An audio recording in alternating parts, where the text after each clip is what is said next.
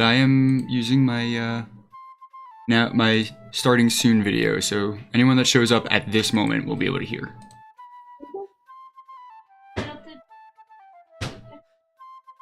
Yes, I fed the beta.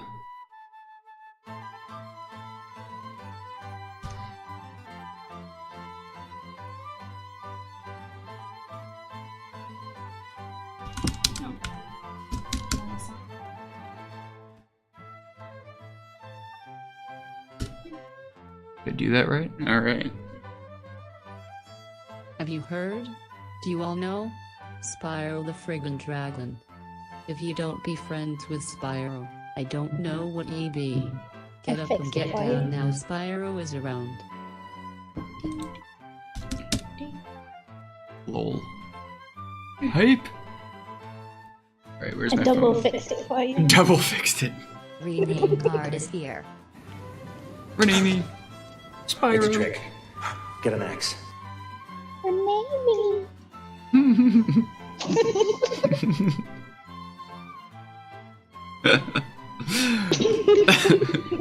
We're gonna see how much shorter.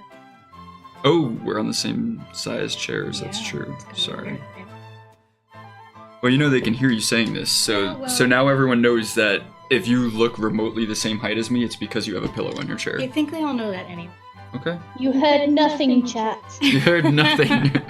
I am huge. That's all you need to know.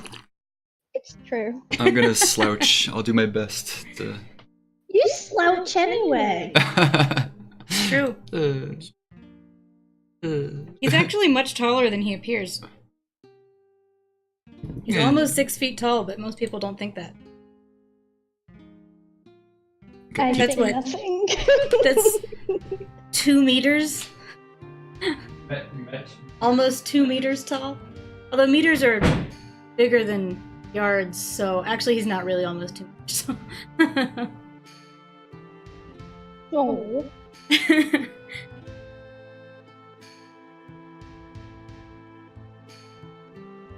Trying to Hey do guys. I don't know what I'm looking at without the. Hush, be sneaky quiet.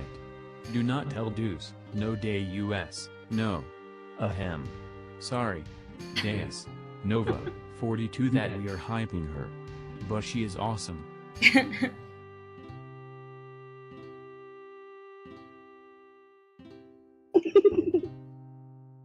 Did you see your announcement?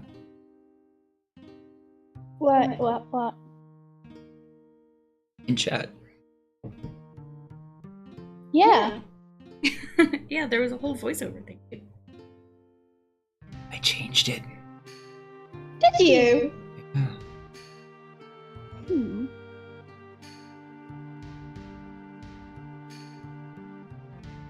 Why did you change it?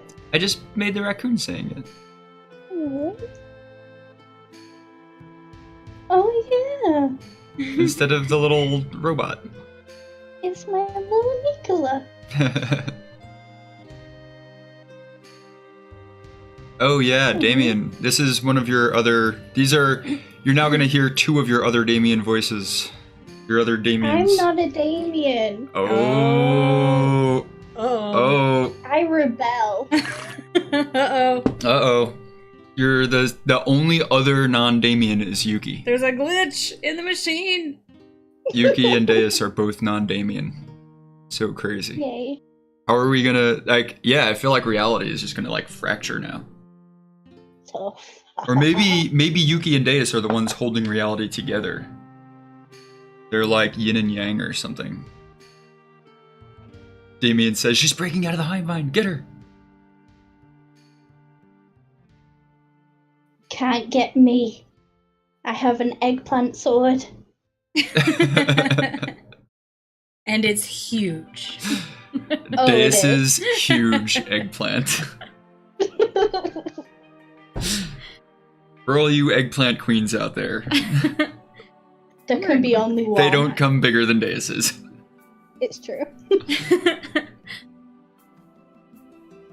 Well, you have 5 minutes left in this countdown. That's some time. Panic. Panic! That's what I do every time I'm starting my stream. I just basically panic. I like run around, change my clothes like 5 times. I like check to see if I have to go to the bathroom like 5 times. I like drink too much water, and then when I go to sit down, I'm like, shit, now I do have to pee. And then I get up and go back to the bathroom again, and then I come back and I'm like, man, I'm too warm. And then I change my shirt, and then I'm like, I'm too cold. And I change my shirt again. Like every time. It's amazing. I have this whole ritual of panic. Rename card panics for me as well. Aw. Eldcrin, you panic too, but you're so cool and chill. And you've got that thunder voice.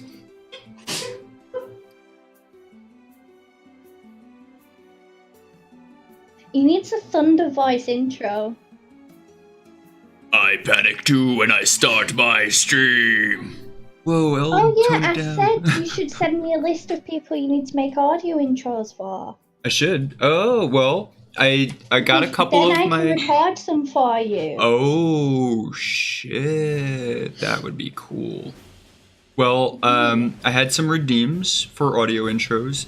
Locust Farms redeemed a custom one. Because right now he has one that I just made for him, but he redeemed a custom intro. So that has yet to be done, but Spyro, Sana, and Proud all have redeemed audio intros, and I made them, I don't know, I guess yesterday or the day before. Okay. But we could always remake them. That would be really fun. Any ones that you want to make ones for, just let me know. Or just do it, and I'll put them in. Okay. Damien says, I panic 24/7. I'll get back to you when I don't anymore.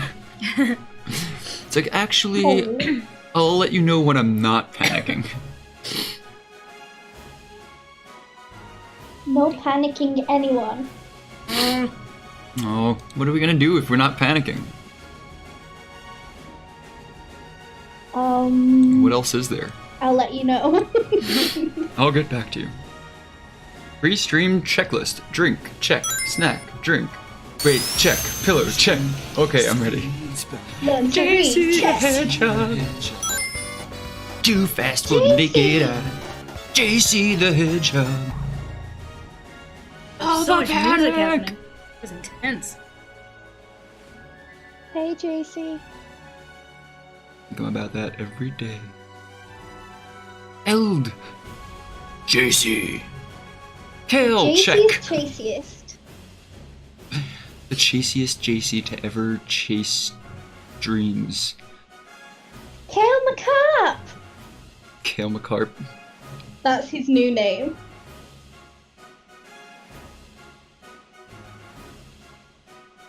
He will henceforth always be known as Kale McCarp. Eldcrin says, I can't believe I've been blessed with so many wonderful people. Wow, You're one Eld. of those wonderful people. Damn you. Damn who? Wait until you hear his other new name. Oh my god, you have to tell me. Discord kept beeping. 0001. The Polygon Wait, Pusher. what? The co-creator of Oh Children gosh. Games. The other dude has just joined Other the dude. chat. Everyone rejoice. Also, JC! JC says, also, Jayel, Lindsay, Deus. Lindsay says, also, JC. Jayel says, also, JC. I say also JC. I say that Deus Vargas. says also. Deus also says also JC. What? Also, rename card also says Vargas. Alright, I just lost it on that one. You just hurt my brain. I'm gonna throw also in as every other also even word. if it's to troll me. Aw. It's true, right? Like Deus's voice, it's great to hear, even if it's trolling So, you. Even if the- it's kicking your ass, it's still great. The LOL guy. Is that Will The Wheaton? little guy? What? This guy. It looks like Will Wheaton, doesn't it? He's Like a LUL. larger version. Lol. Oh, LUL. That is the best thing I've ever heard. It looks like him, just like slightly heavier. I love Will Wheaton. He was at the convention we were at last weekend, and I tried to go up and say hi to him and tell him about Tracy Queen, and I got there literally just as they were closing his line. They're like, shit, Lindsay's coming. Close the Yeah, line, close the line. I went up and was like, "Is he charging anything to talk?" And they were like, "Oh, he's wrapping up for the day." And I was like, oh, but I just got here, and they were like, sorry, we're really sorry, but he's gotta go. So that was really disappointing.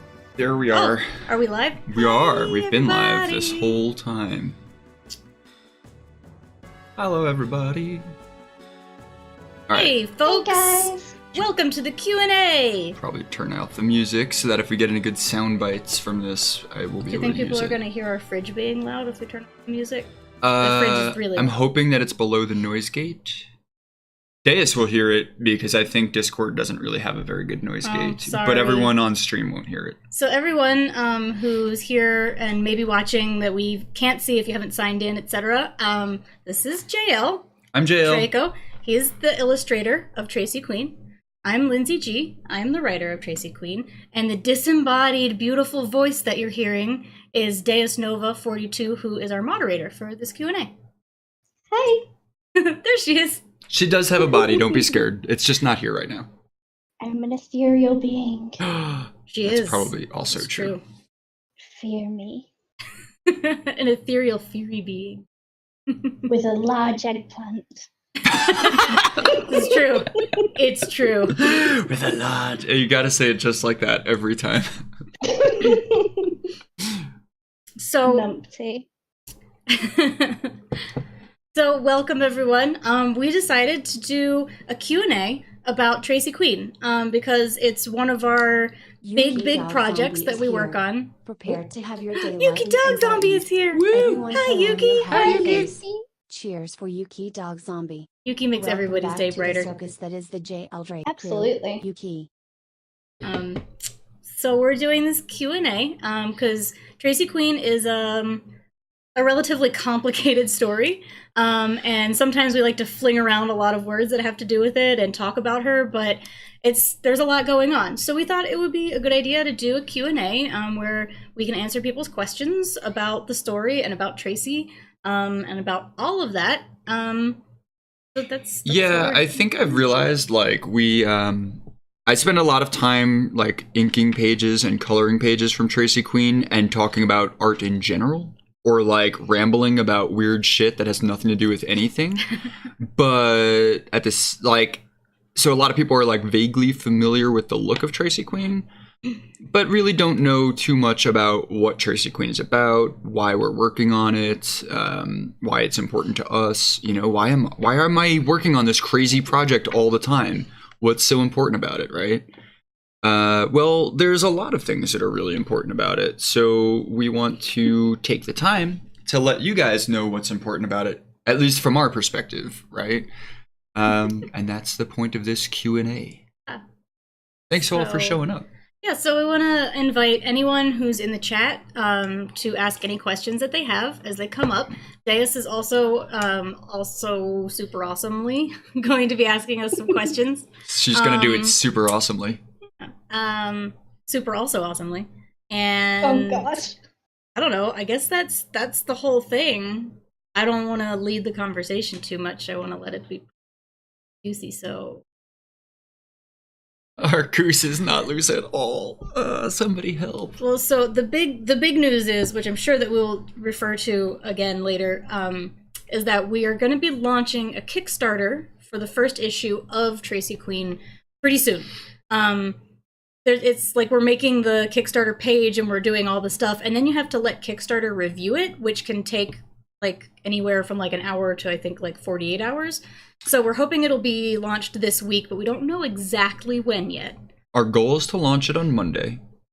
And it's like an early bird special thing. Like the first backer, we're going to totally like just Load you up. praise the first backer and give them extra stuff. And it's going to be great. And then like even like the first, I think first day of backers or first 10 backers? Like we're going to give mystery prizes to the first 10 backers. The first backer of them all is going to get like a mystery package, a whole bunch of extra cool stuff. The first 10 are going to get other extra cool stuff, although not quite as much as number 1. And then we're also doing a bunch of like early bird specials, they call them, on Kickstarter for the first 24 hours. So the big thing is if you are not on our mailing list right now, you should try to get on it ASAP because we're going to send out an email like the second it goes live. So if you want to get in on any of the super cool stuff, the first day is the time to do it. Now, why is it important that we get people signing up the first day? We discovered that basically if you want Kickstarter to make a big deal of your campaign, if you want them to basically notice you, because there are so many Kickstarters going live every day, you need good numbers on the first day. So we want to get as many people into it on the first day as we can, and then hopefully Kickstarter's algorithms will pick it up and maybe they'll put it like on their homepage, right? And will be more likely to be noticed by media outlets and get talked about. So right. So the better we do on the first page, the first day. I mean, the better we do. I wish we'd. It's all about pages. The better we do on the first day, the more of a chance of us making our goal that we'll have. So we're trying to get everybody as hyped as possible to just share the fuck out of it. As second it goes live, just tell as many people as you can to just do what they can. Share it if they can. You know, like, even I know a lot of people here don't have money, and that's fine. Like, yeah. Sharing is awesome. No one should feel bad if they don't have money. Like, just sharing it will still hype you. You're still part of the family. Like, we're gonna be grateful, even just to people who are sharing it. Yeah, you know, totally. So like when it goes live, just share the crap out of it and ask some other people that you know to share it. Maybe if you know someone that's like a good social media influencer or whatever. What? JC gifted a tier 1 sub to Yuki Dog Zombie. It's their first gift sub in this channel. What? Aww. Thank you, JC. Did you see the whole eggplant drama that's happening right now? Egg puts on eggplant damage boxing gloves. Crowd wants to go out and buy a giant eggplant so that he can take down Deus when the launch happens. And Deus says, "Oh please, my eggplant is huge." Yeah, but I want to hear Deus say it. My eggplant is huge and juicy. And juicy. This is actually extremely appropriate for a Tracy Queen Q&A, so keep it going, folks. There'll be lots of eggplant jokes. Oh man. I need to definitely I need to do a drawing of Tracy Queen and Deus Nova, and there needs to be some super eggplant size queening. Sword fighting with eggplants. I was thinking not sword fighting. Eggplant fighting. I was with swords. thinking completely not safe for work. And that's funny. I mean, you can't really censor eggplants with eggplants, can you? It doesn't work. We'll figure it out. Maybe you could. Maybe you could do I'll go to the drawing board. I'll like draft a more it up. realistic drawing of an eggplant covered up by an emoji-looking egg.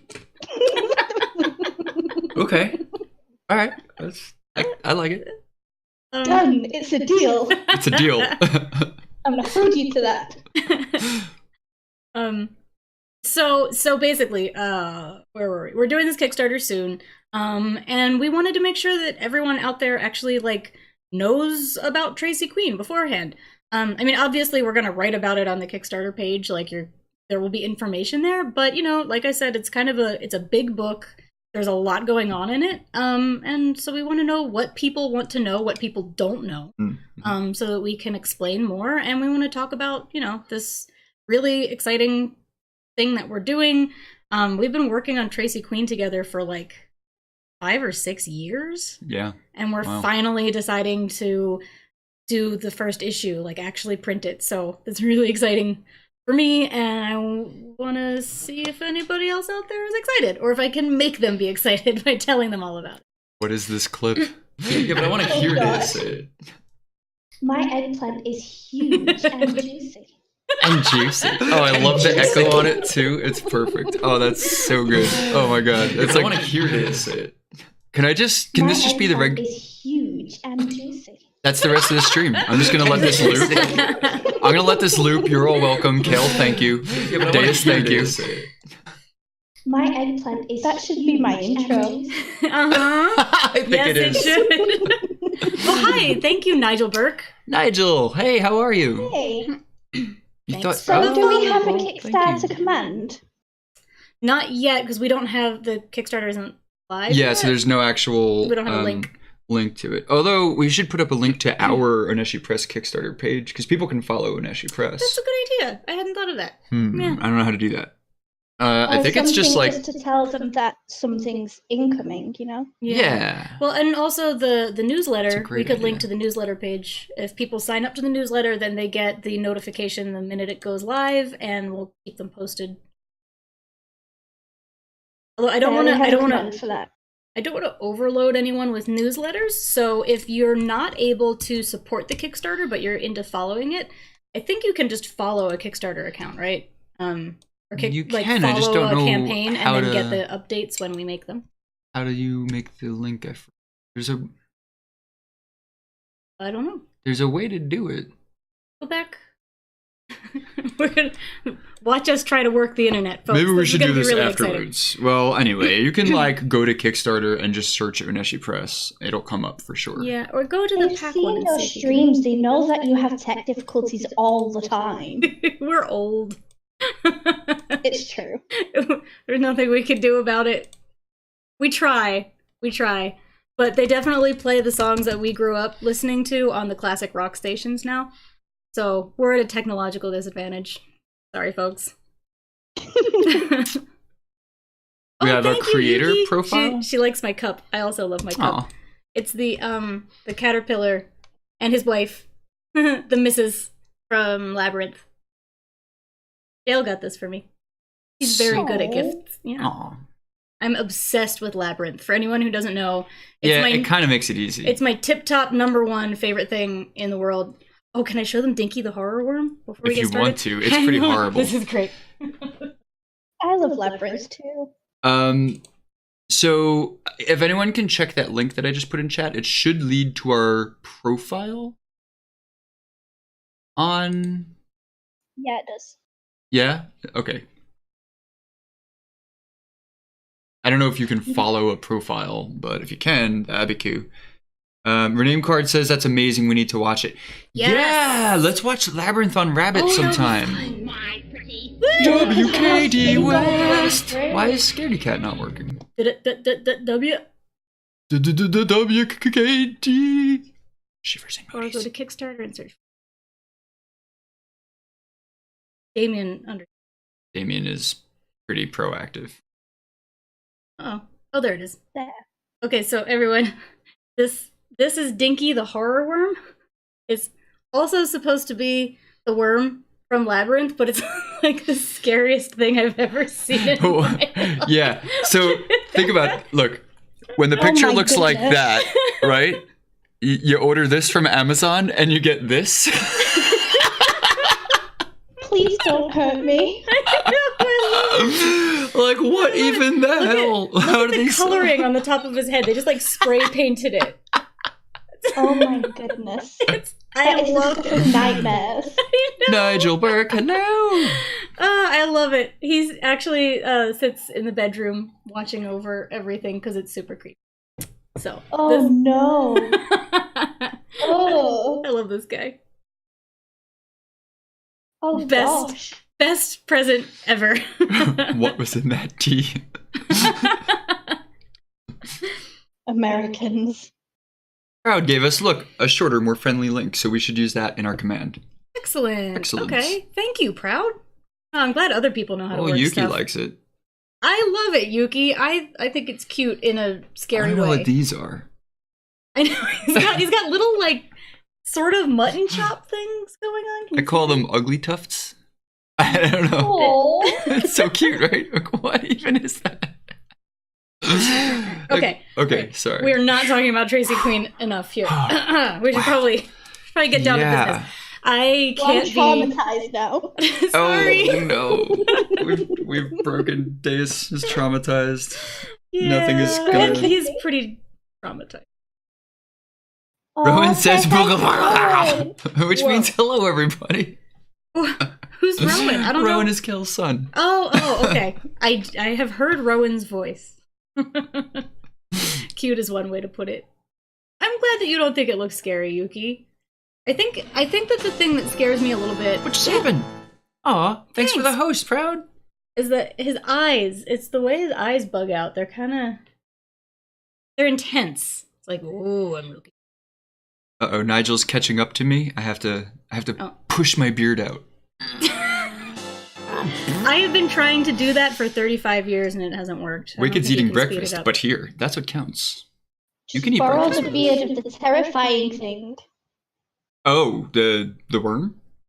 Yeah. What? Kel, thanks for the host. Aw. JC, thanks for the host. Thank you, everybody.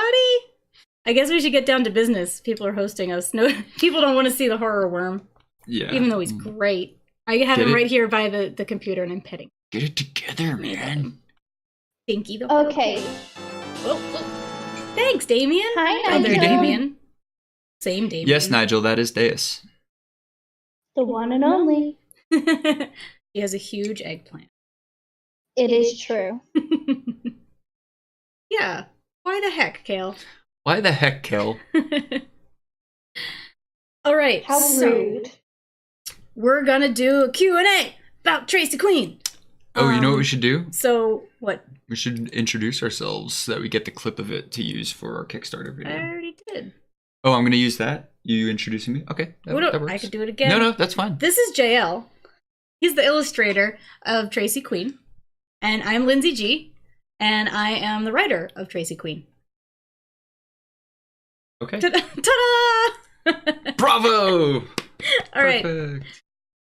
Okay, so if any of you have any questions about Tracy Queen, we want to hear them. Even if it's like very, very rudimentary, you can, whatever you have to ask, feel free to ask it. We're an open book. And soon Tracy Queen will also be an open book. Vote now. But a bunch. Oh, JC, thank you. JC gifted a sub to Wicked. Awesome. What? You should take the chat off the screen if you're going to use anything so it's not over. Oh yeah, I lean this way. I'm still not good at realizing that the webcam has me turned around, so I try to lean into it by leaning away. What about... Oh. Does that work There's better? a beverage here, man. It's fine. Rude. Fine. Is that better? Because the thing I was thinking is, then in the video you can see what the question is if we're answering. But maybe I should just turn it off. You guys think I should just turn it off? Well, what if the question's coming from me? You won't see it in chat then. It's true. Should I just turn it off, right? Yeah, you also So keep we'll getting still see pop-ups it, for right? your subs and stuff, so you might want to turn that off as well. Okay. All right. Fair enough. So we'll keep seeing it over here, though, right? Yes. Okay. I don't know. Streaming. It's okay, neither does JL. Ouch. It's true. Now you can spread out a little, because now we're... I can spread out. Oh, No, I mean, you can move that way a little. Let it all hang out. So we can take up more of the I'm screen. gonna man spread. Okay. JC has a question. Should I read it? I don't know. No, Days should Oh, read the questions. Okay, right. Okay, so JC would like to know, what kind of birth control does Tracy Queen use? Shit. That's an awesome question. Yeah, that's an awesome question. My knee-jerk reaction to that is probably an IUD, which is an And also condoms. intrauterine device. It is more complicated to get put in than most other types of birth control, but it lasts for a long time. You don't have to think about it while you have it implanted. And Tracy's not exactly the type that would remember necessarily to take a pill every day. She's kind of all over the place. So I think that having something that's long-lasting and that she doesn't have to worry about constantly would definitely be her bag. Makes sense. The only difficulty I could see with that is that she very rarely leaves the house, and you definitely have to go to a doctor to get an IUD put in.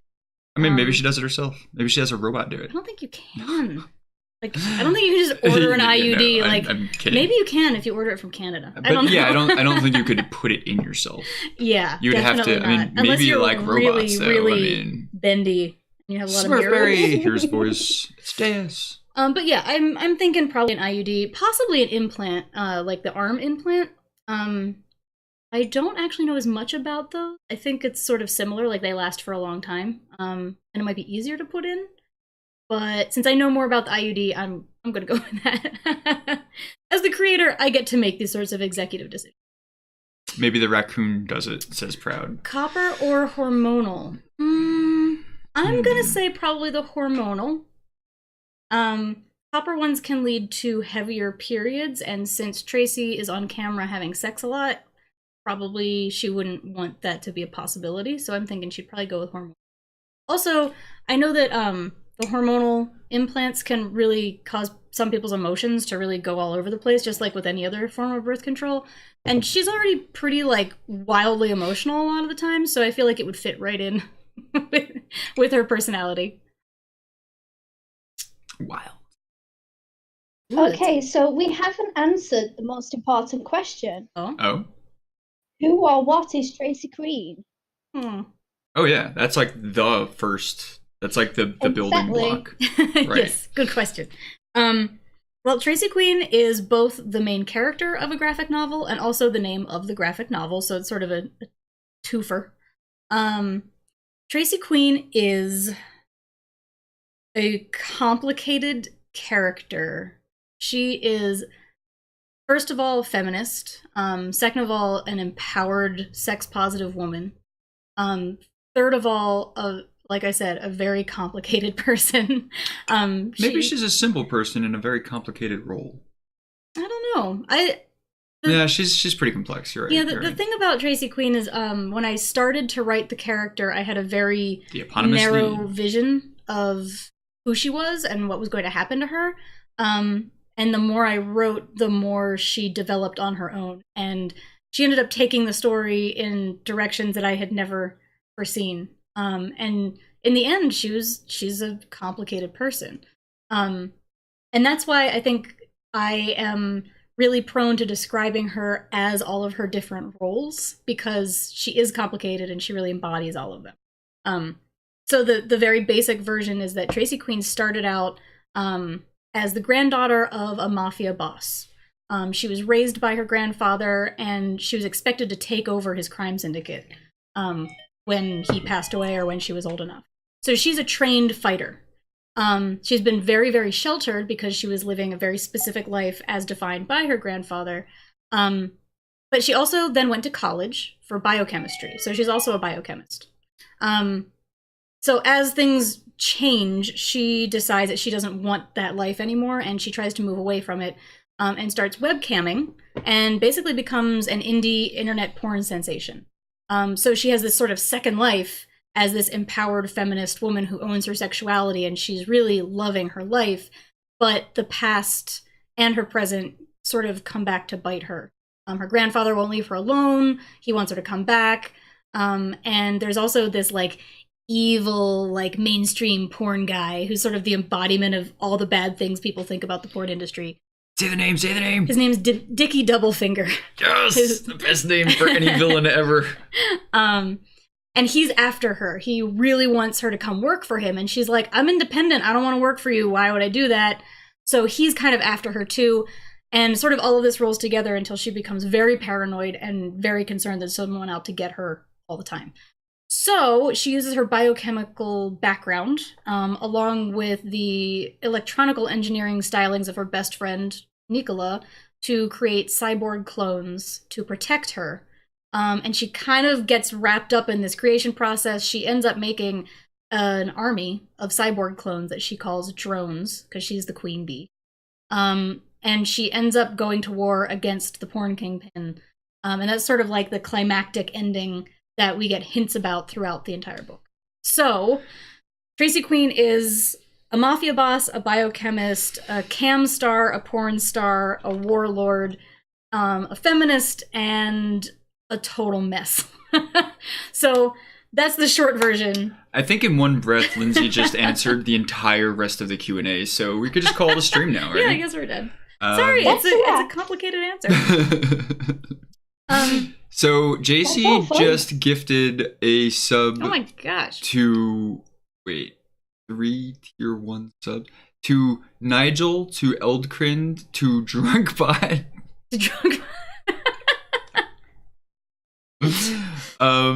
Wow. Drunkbot just thanked for gifting a sub. Wait. Drunkbot? Them? Oh my god! I'm a mess. I can't remember anything. Oh thank you, gosh. JC. Oh, the bits. Nigel, thank you so much. Those are awesome bits. Right, biddies. Oh, also Tracy Queen is also the name of the graphic novel about all of this happening. Right, so she's the main character, and it's the name of the story. Right. And she's a badass. And she's a badass. So we'll try to reiterate snippets of that answer.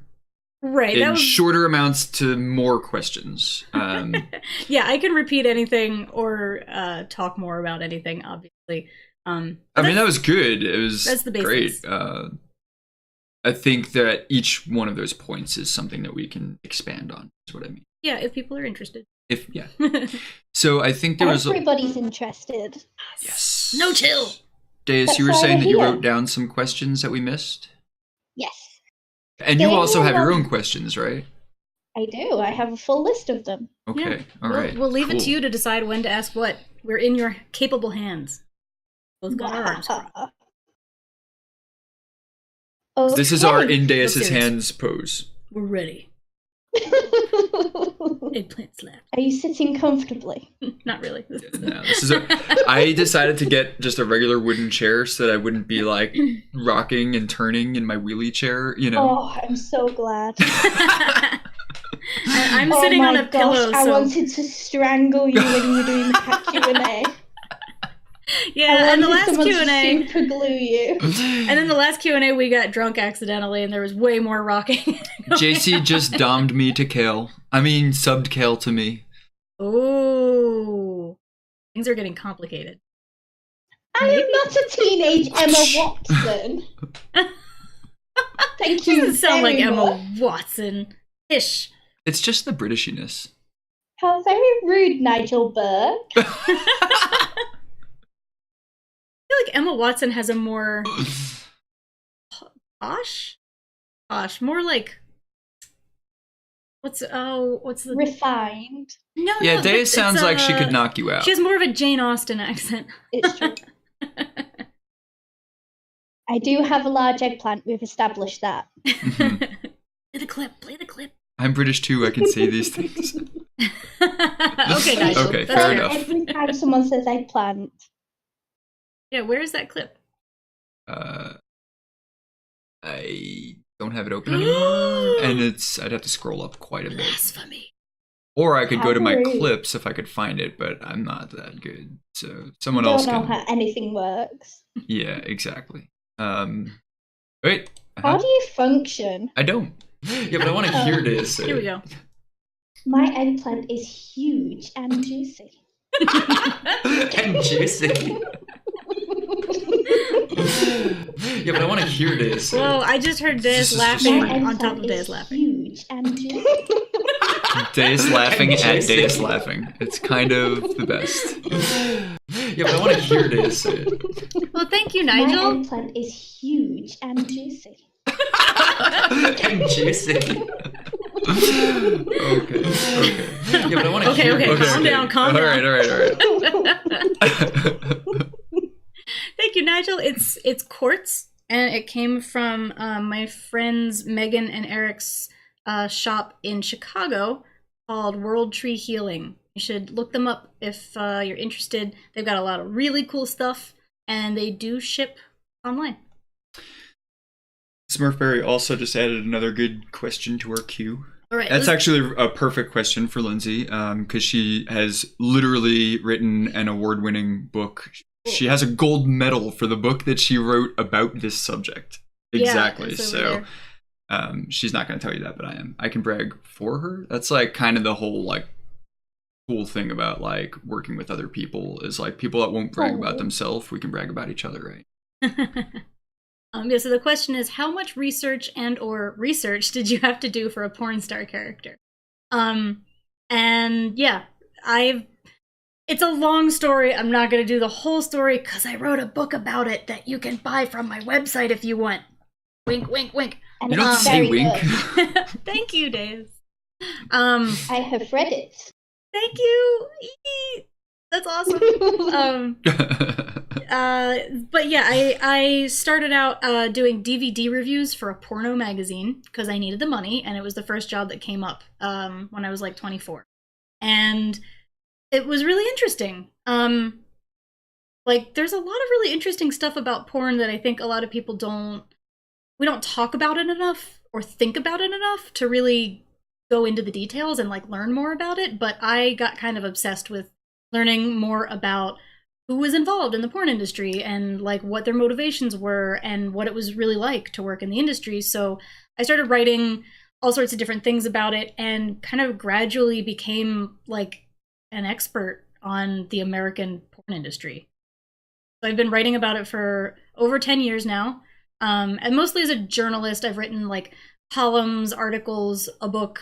I did an art show about it. I made art films, like documentary films.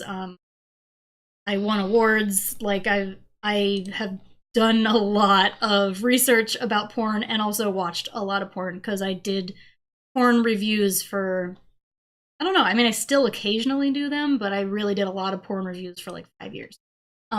So during that time, I learned a lot about how the industry works, and about people who make porn and how wildly different they all are from each other. And Tracy Queen Bye, Kale. ended up becoming a porn star. Oh, bye, Kale. This topic is not suitable for Rowan. I see. Damien's Rowan just cry. Damien's just had his question dodged. We broke Damien's heart, and since Kale is also a Damien, Kale now is leaving. That's what really happened. All right. Damien's question was, what has been the most fun part of working on Tracy Queen? We probably have both thrown in.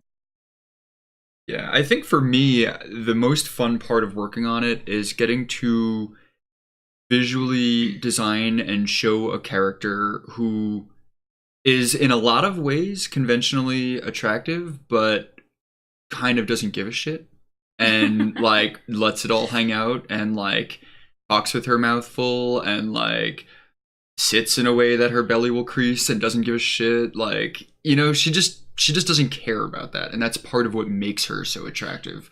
Part of what makes her so alluring is the fact that she doesn't care about being attractive, and yet she is. Like, and I think that's been really fun for me to explore. I think that's my favorite part, is just her not caring, you know? Hill Not says, just getting to draw dildos then. That's also no, I mean, actually, that's pretty confronting. I'll be honest, like, that's one of the hardest parts is I'm always afraid that, well, there's like, you know, that very divided school of like feminism where there's like sex positive feminism, and, you know, there's like the, hey, I could do porn and I'm still not asking for it. Like, don't fucking touch me. Like, you know what I mean? Like that very empowered sex positive feminism, you know, that like is like, you know, I can do what I want with my body. That's me being empowered. And then there's feminism that's like, whoa, you just draw a girl with a butt, you're the devil, you know, like, get off my planet, you evil man, right? So like that divide, that there's a lot of in-betweens and many, many, many shades. And I don't want to harm anyone for their opinion. I don't want to make anyone feel bad about the way they see things, but I think it's really important that we talk about the fact that like Tracy Queen can be a porn star and not be objectified. You know, that is vital. And when people don't see it that way, it just creates this completely self-perpetuating toxic atmosphere in our society. So I want to be able to explore that, but I'm also afraid of people taking it the wrong way and thinking that I'm objectifying her, when actually I'm trying to do the opposite, right? Crystal, oh my gosh, Crystal's got a question too. Hi, Crystal. Thanks so much for showing up. We will add questions to the queue. So we just have a list going on. I said queue because that's how the Brits say it, right? And Deus, our moderator, is British. AKA list. If for anyone we'll add it to our list of questions. Why do Americans not say Q? I don't know. We just don't. We do, kind of. I was just teasing. I mean, some of us do. I think some people would be really confused by that word. I was lurking. Sorry, I had to create an account. Oh, no worries. Thank you so much for stopping by. Everyone, please say hi to Crystal. She is new to the community, and she's awesome. Hi, Crystal. We will be announcing more of Crystal's role and presence as the coming days transpire. what was the original question? What was the most fun part of working? Yes, that was. Yeah. For me, it was the writing process, which I'm still doing, but I'm doing more like editing now than actually creating the story. The bulk of the story was written a few years ago, because I think it's the first time that I've ever written something fictional where it really took on a life of its own. Like Tracy Queen, the character, Nicola, the character, like everyone really developed while I was working on them and took things in a totally different direction than I expected. And that's like the most thrilling experience that you can have as a writer, as far as I'm aware. And I set out to sort of write what I thought was going to be my like opus about the porn industry, and it ended up this wacky sci-fi pulpy gonzo story with all these weird twists and turns that I didn't see coming at all. But let's be honest, you just described the porn industry. Yeah, that's true. It's wacky That's true. It's out sci-fi there. gonzo twists and turns. I mean, every article that I've ever read from you about the porn industry, it's like super high tech, it's like leading technological advancement, it's completely gonzo, none of it makes sense, all of it is like all over the place. Like, Yeah. I mean, that's Tracy Please Queen. show me one of those that mentions a talking raccoon. Okay. So maybe that's the divergence, right? Yeah. Also, the junk science that I put in there. That I don't think that's really gonna. I mean, there's some junk science in porn, though. I'm not gonna lie. Like, well, it might be referenced, but people aren't Yeah. actually making cyborg clones based on genetic samples they get on the Asa sets of Akira had movies. that one. that on the Instagram. Mhm. She had the very, very sci-fi image of like all like the scientists like passed out all around her. You showed me it. I don't Anyway, remember whatever. this. Not important. I don't know. Um, It was probably some inspiration that I forgot. That's terrible. Asa Akira, by the way, for anyone who's interested Not in safe really for cool work. porn stars, yeah, don't Google her if you don't have your safe settings on if you're at work. But she's a really, really interesting person. She's gorgeous and smart, and she's actually written 2 books. I've only read one of them, but it was really, really fun to read and also very interesting. So I highly recommend it. It's called Asa Akira Insatiable, a porno love story. It's a very good book. That's all I've got. okay, so back to Deus's Q. What do we do? Okay, so Eldcrind wanted to know, what made you start Tracy Queen? It was sort of a few things coming together. Actually, an important detail about Tracy Queen is that she's based originally on a real person who I know. I can't tell you who, but this person who I was very close to had a really crazy life. There was just a lot of really wild things going on in her life, and I developed this sort of like character version of her in my head that had a certain look, certain personality. And because at that time I was really heavily involved with reporting on the porn industry, I sort of started to develop this character who had all of these other crazy things going on in her life and was also involved in the porn industry. And this actually asks a question, or answers a question that I saw a little while ago. This person who I knew had a ferret as a pet. So I started doing these sketches of this woman in a lab coat with like lingerie underneath it. Can you just say the ferret's name? Because it's so good. What? The ferret's Charles name. Darwin. Yeah. Was the name of the Such a good ferret. name for a ferret. And Charles was Darwin. also my ferret for a little while. We like shared him. He was adorable. But so I was developing this character, and I didn't really have a plan for the character. But then she just kind of took on a life of her own, and I started to realize that she was going to need cyborg clones, obviously. And then I thought that she couldn't be doing all of the cloning and all of the science on her own, so maybe her ferret would be helping her.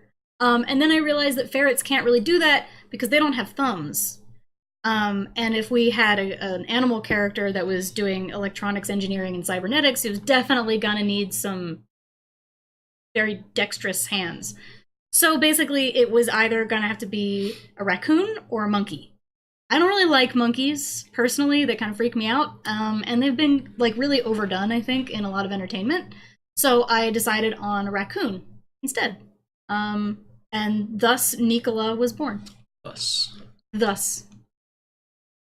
And Nicola is bae. Yes, that's true. Yes. I actually think that Nicola is the most, like, me character in the book. Also the most I deist adore character. Yay! I also adore Nicola. You're both Nicola. We know cool characters. Oh, yes. Penguins with monkey hands, Nigel.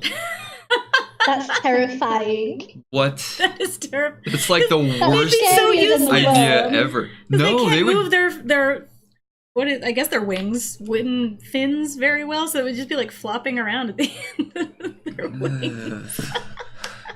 That's a terrible image. Oh god. Dun, dun, trash pandas. Yeah, I don't know. think you broke Jayel. I actually think that I've reconciled my relationship with monkeys a little bit since all of this, because Jayel and I spent a lot of time talking about whether it should be a monkey or a raccoon. And And I'm a monkey, so. He likes monkeys, and so I've been trying to feel more at peace with the idea of monkeys. They still kind of freak me out. What? What happened? You monkey man. I have created the ultimate nightmare. That would actually be a really crazy, like, Inktober. Yeah, that's a nice, like, horror comic right there. A short horror comic. Ooh, JC has a question. Jason does have a question. Well, I don't know where we are in the queue. I don't want to skip other people's questions that might have been We've asked still got hours lots ago. of questions to go. All right, let's motor. Oh my god, I just spilled tea. Okay. Okay, let's not motor that much. All right, hold on. I'll get you something. Here, you can use this for your guys. lens. Do you need I'm good, something I'm for your good. lap? I Okay. just need a Do you little want bit a for bib? my boob. A bib? A boob bib? A boob. All right, everything's normal. We're fine. We are Only normal. Professional, Yes, so professional. Everything's fine. We're normal. but not normal. We're trying really hard, though. I am Not human. hard enough.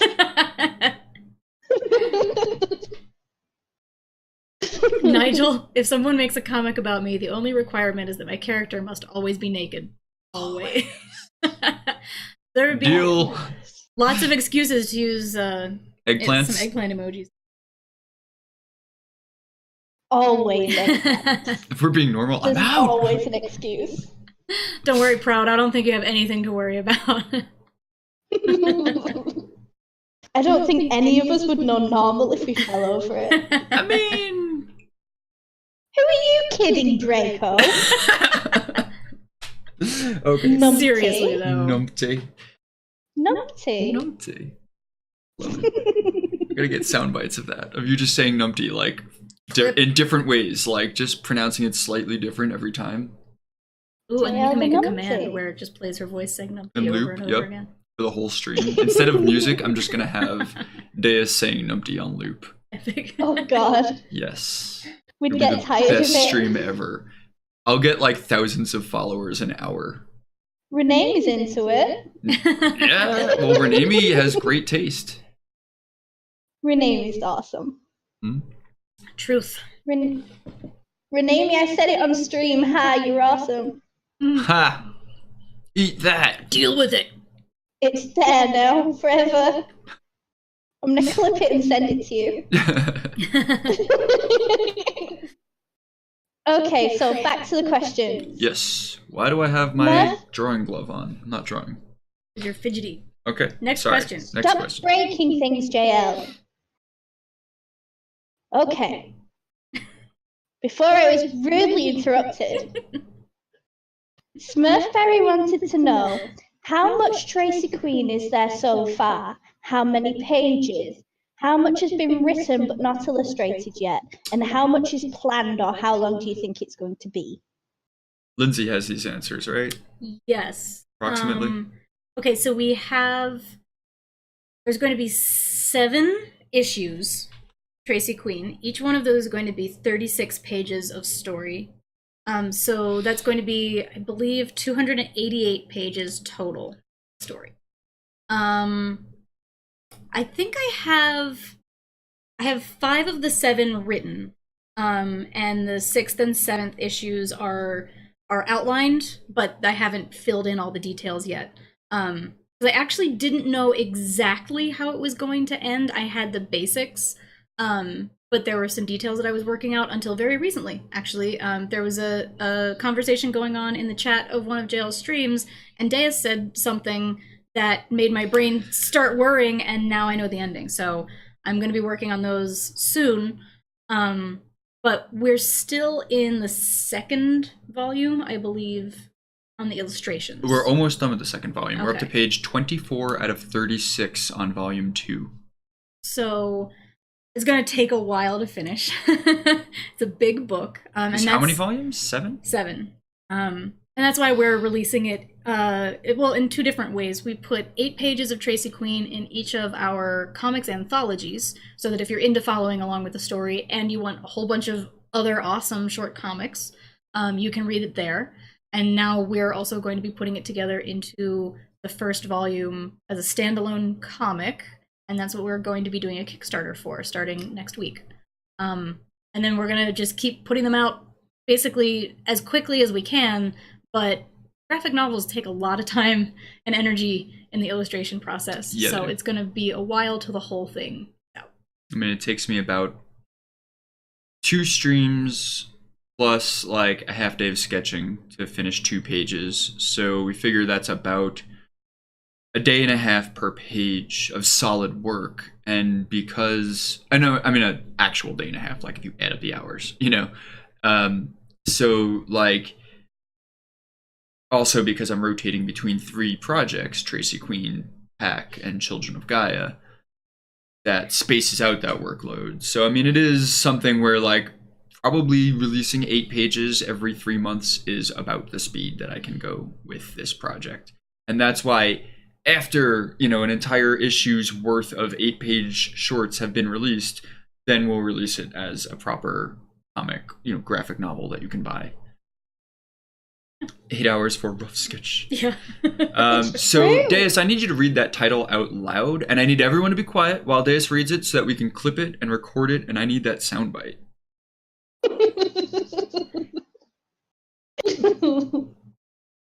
You don't need it. I do. We were I so so ready. do. Did you see how ready we were? Jayel, Numpty Draco, Master Yank, Lord of Dragons, and Aspain.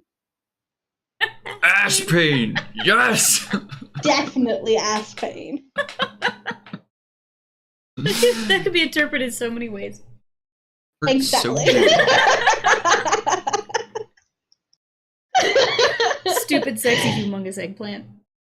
Oh, yes. Stupid. Perfect. Yep. Oh, I think I found more tea on my glass. You just keep finding tea on your glasses.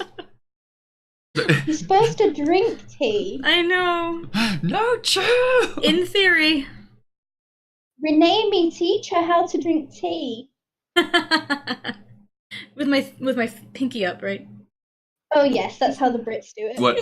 Ass pain means something different in Dutch? There's actually a word in Dutch For ass for pain? ass pain? That's amazing.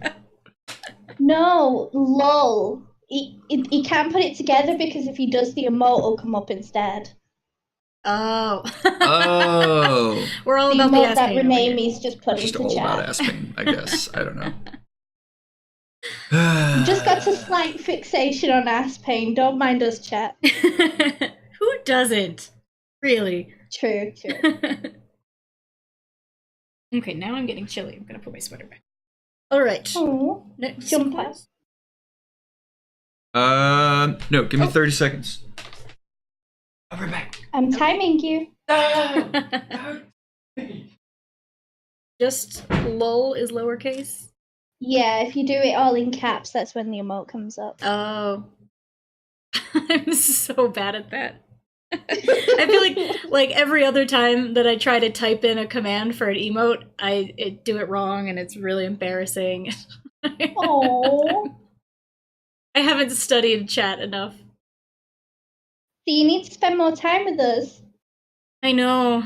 I know. Almost every time that he's streaming, I'm working. And because most of my work is like editing or writing, I can't listen to other people talk or be involved in the chat and be focusing on my work at the same time. My brain just can't handle all of the different types of verbal input. So yeah, I've had that. Some people can do it. I've known people who can like listen to a podcast and edit a book, and like I just can't. It's not. You have Not to my really thing. compartmentalize your brain to pull that off, I Yeah. think. My brain is way too messy for that. I can, Well- like, ramble and draw, but that's different. Yeah, I could work on art and listen to a stream and involved, not editing or writing. Ace Nova, Eggplant Overlord, Passion Detective, Queen of Dragons, less than 3. Less than 3. Uh-oh, here go the bots. You and the love. Ups, behave. Don't make me come over there. Okay. Dreadbot. So we've got another question you were about to ask, yeah? Yes. Yes. So, Kale wanted to know, Jayel, what would you say you've learned the most about the comic creation process from working on Tracy Queen? Ooh, okay. Well, Tracy was really my first comic book.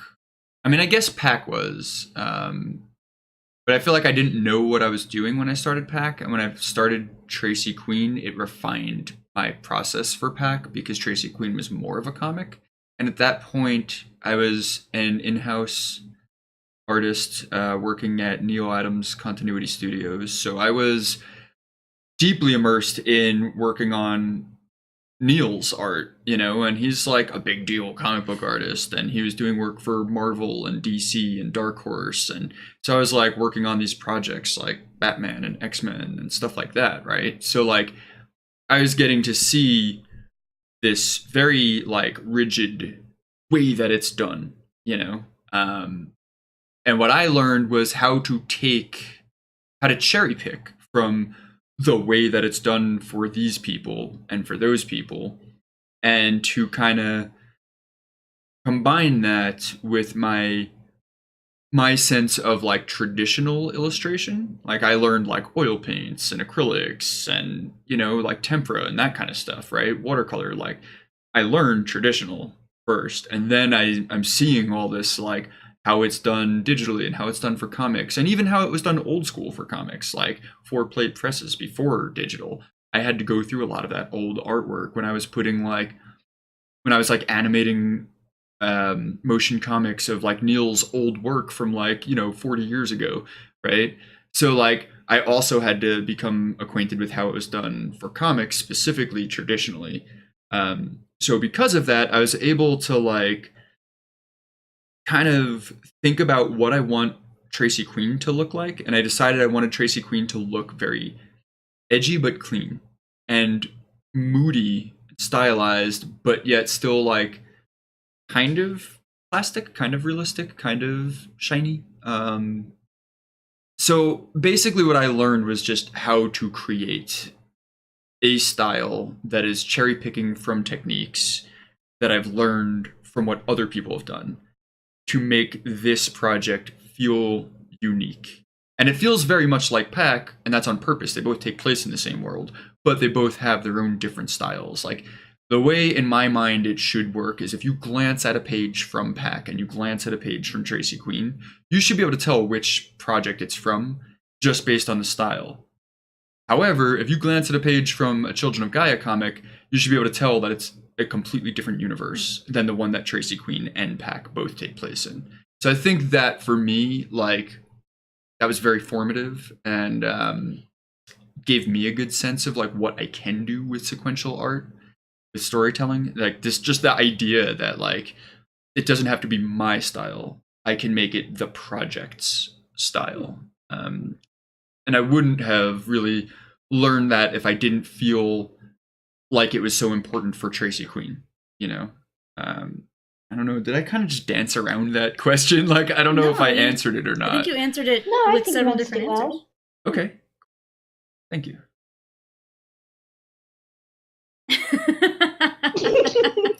Outsidular is a wonderful word. It's very outsidular today. Come on. It is. It's actually really nice. It's an extremely outsidular day. Yeah, it's beautiful. Oh But god. we're all locked in here. Doing the stream. You don't understand. I'm not locked in here with you. You are locked in here with me. Name that movie.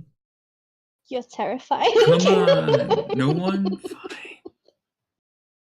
Actually, I don't remember. Is that a Batman movie? Nope. Rorschach from The Watchmen. Oh, right. Okay. Nigel got it. Well done, Nigel.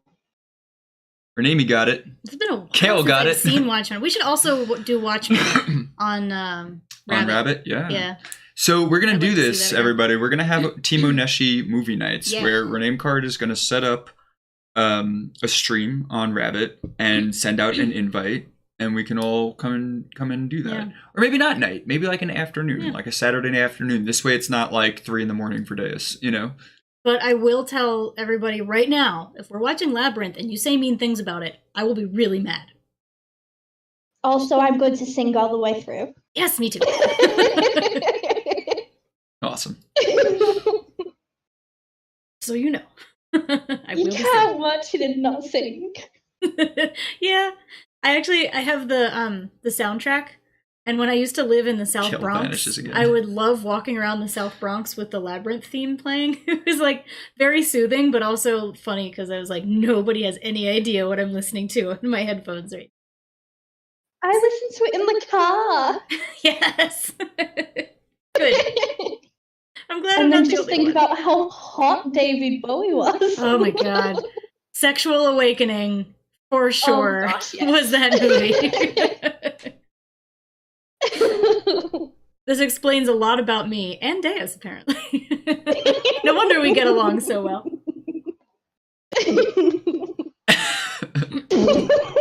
All right, I'm just gonna listen to Deus laugh. How long can this go for? This is good. This is real good. Timing. Shut up. David Bowie was a good singer, Nigel. You are correct. Absolutely. Yeah, beautiful voice. He can do crazy things with his voice that nobody else can do, too. Yeah, like he can sing 2 different notes at once and fibrillate Yeah. back and forth between the 2 of them. Like, I don't know how he does it, but Tripling? there are some Trebling? What songs is that where called? it's like, wait, is he singing this in this octave or this octave? Is he singing both? I can't tell. And It's you can see crazy. actually if you watch the video, you see his like larynx like gyrates. It goes like up and down while he's singing. He can what? Have you ever noticed that, Wicked? What's a good example? Slow Burn. If you look up the song Slow Burn, it's off of his Heathen album. There's this, That's no, a there's Slick this song, one right? note. I Probably. think Slick is doing guitar. on that. There's this note that he repeatedly holds for a long time, and like you literally can't tell what note he's on. It's crazy. His throating ability was great. Just ask Mick Jagger. I now understand why people thought he was an alien. Throating. Seriously, Wicked. I mean, Also- throating. It's Also, Elf Wicked, he Good's told voice. everybody he was an alien for like 5 years, so I'm sure that helped. Overtone singing. No one knows what that means, Nigel. Overtone singing? Really? That's a thing? Yes. I didn't know that was actually a thing. It's really.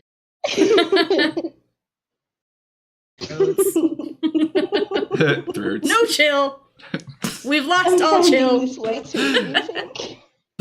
And we're back to dirty jokes again, which still works for Tracy Queen, so here we go. We're such a mature chat. Mature in that only for mature audiences way. Nigel will massage Jayel.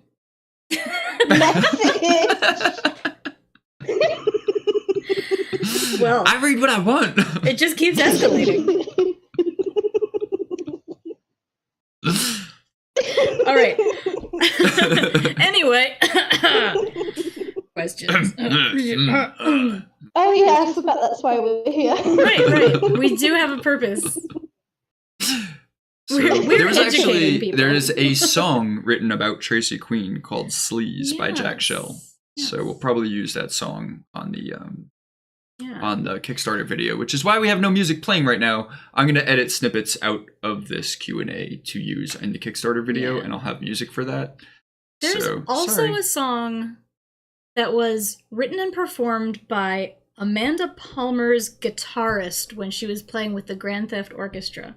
Oh yeah. His name is Chad Rains, and I think his band was named Rad Chains. And they played a song that we saw live Tracy, right? called Tracy, Tracy, Tracy, and it was really cool. And after the show, I found him on Twitter, and I messaged him and said, hey, I really like that song, Tracy, Tracy, Tracy. I'm working on a graphic novel. Eventually, when we do a video about it, would we be able to use that song? And he said, sure. So we technically have permission to use that song, but I literally can't find it anywhere. So maybe at some point in the future, we'll track it down or get the recording. I don't know. Got to get back in touch. But that would be pretty cool. Also, yeah, definitely.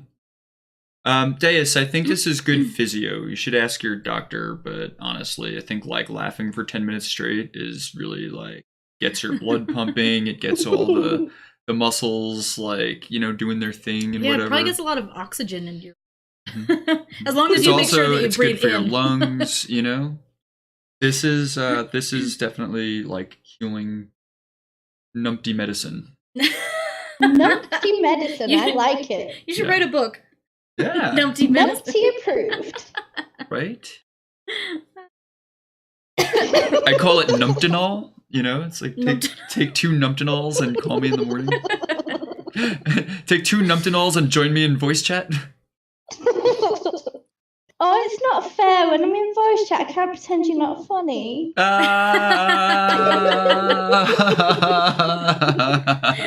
The truth comes out. Yes, that's why I want you in voice chat all the time. Damn it. Damn it. Ooh, Eldgrin, thank you for the host.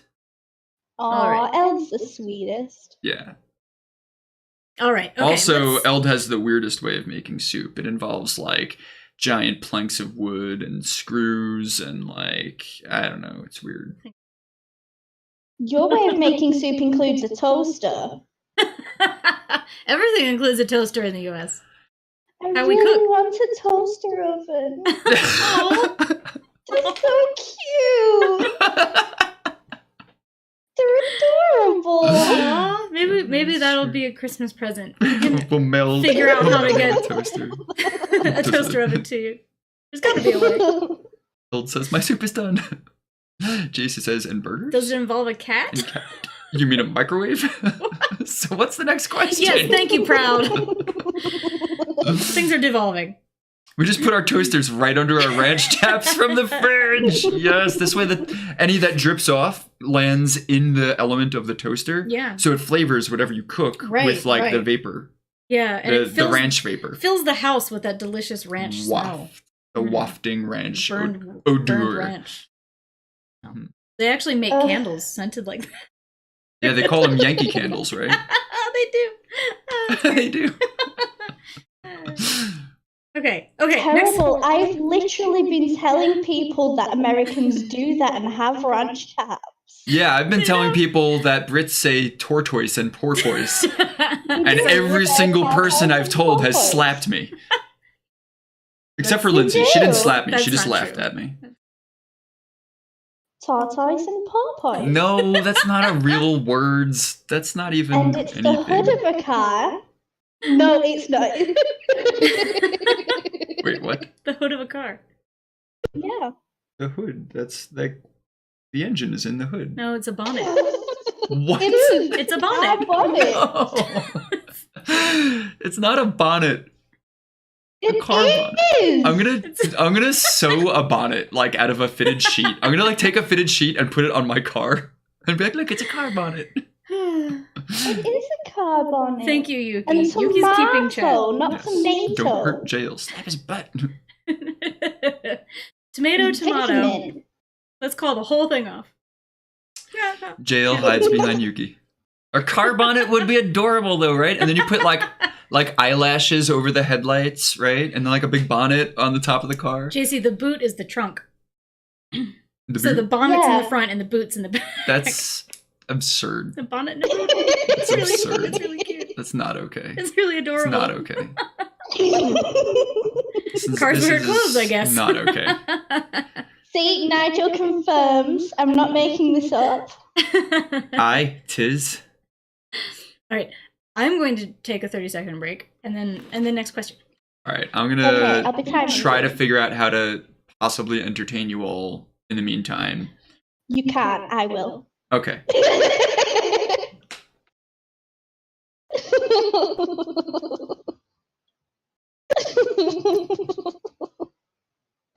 I'm so mean to you. What? You are? Why? Oh, Nicola. Oh, I can see Nicola. You did us with that sick burn. He loves it. It's fine. Only cartoon cars should have eyes. Never real cars. Shave your chest hair. Live. I don't have any chest hair. It's part of my my dragoniness. I just have chest scales. You can't shave those. Dragoniness. A pink car and eyelashes. What the hell? Yeah, we've seen that. There's one driving around here the other day. Shave your chest hair. I need a picture of that. Does Jayel have tattoo? Jayel has many tattoos. Many tattoos. Quite a few of which I've given myself. He's a rebel. I'm a rebel, daddy. I'm a loner. I have one tattoo. My wrist. Oh, but what?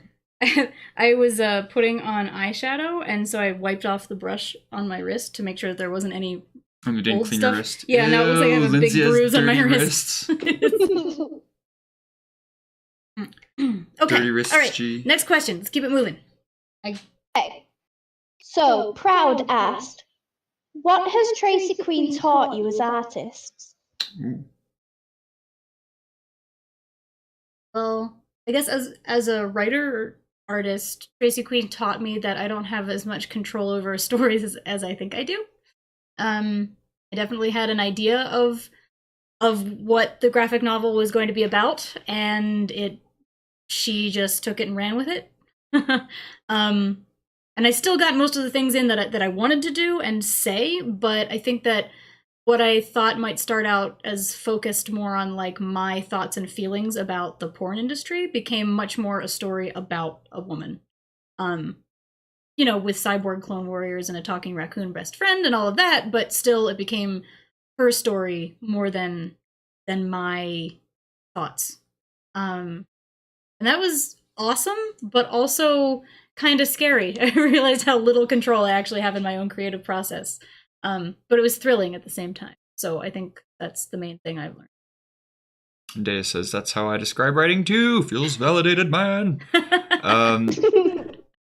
What was the cue? Oh, the question was, what have you learned from working on Tracy Queen as artists? And that was asked by Proud like 12 hours ago. So, yeah, we're all good at rambling, by the way. So if you ask a question, just expect to hang out for a bit. So I think for me, the thing that I learned from Tracy Queen, the biggest takeaway for me, right, was I wanted to make sure that there was an appropriate level of like sensuality to the artwork. And in my focus on that, I did a lot of things like studying flesh, studying skin, studying like specularity, the way that like the oils on the surface of an object reflect light but are broken up by pores, right? So like that we call it like specular diffusion, fall off, right? And then subsurface scattering, light that passes through an object and bounces around inside and then bounces back out, is filtered by the color of the inside of the object. So like ears glow red when they're backlit, noses do, you know. When there's a bright enough light, sometimes between the sharpest highlights and the midtones, there'll be like a bright orange streak. So like trying to figure out those things really for me, like I needed to figure that out so that I could make Tracy look sexy, right? Nerd. Photophysics. I'm teaching you about photophysics. I can just see Nigel right now. Fight me, Teach us God. about physics, Jayel.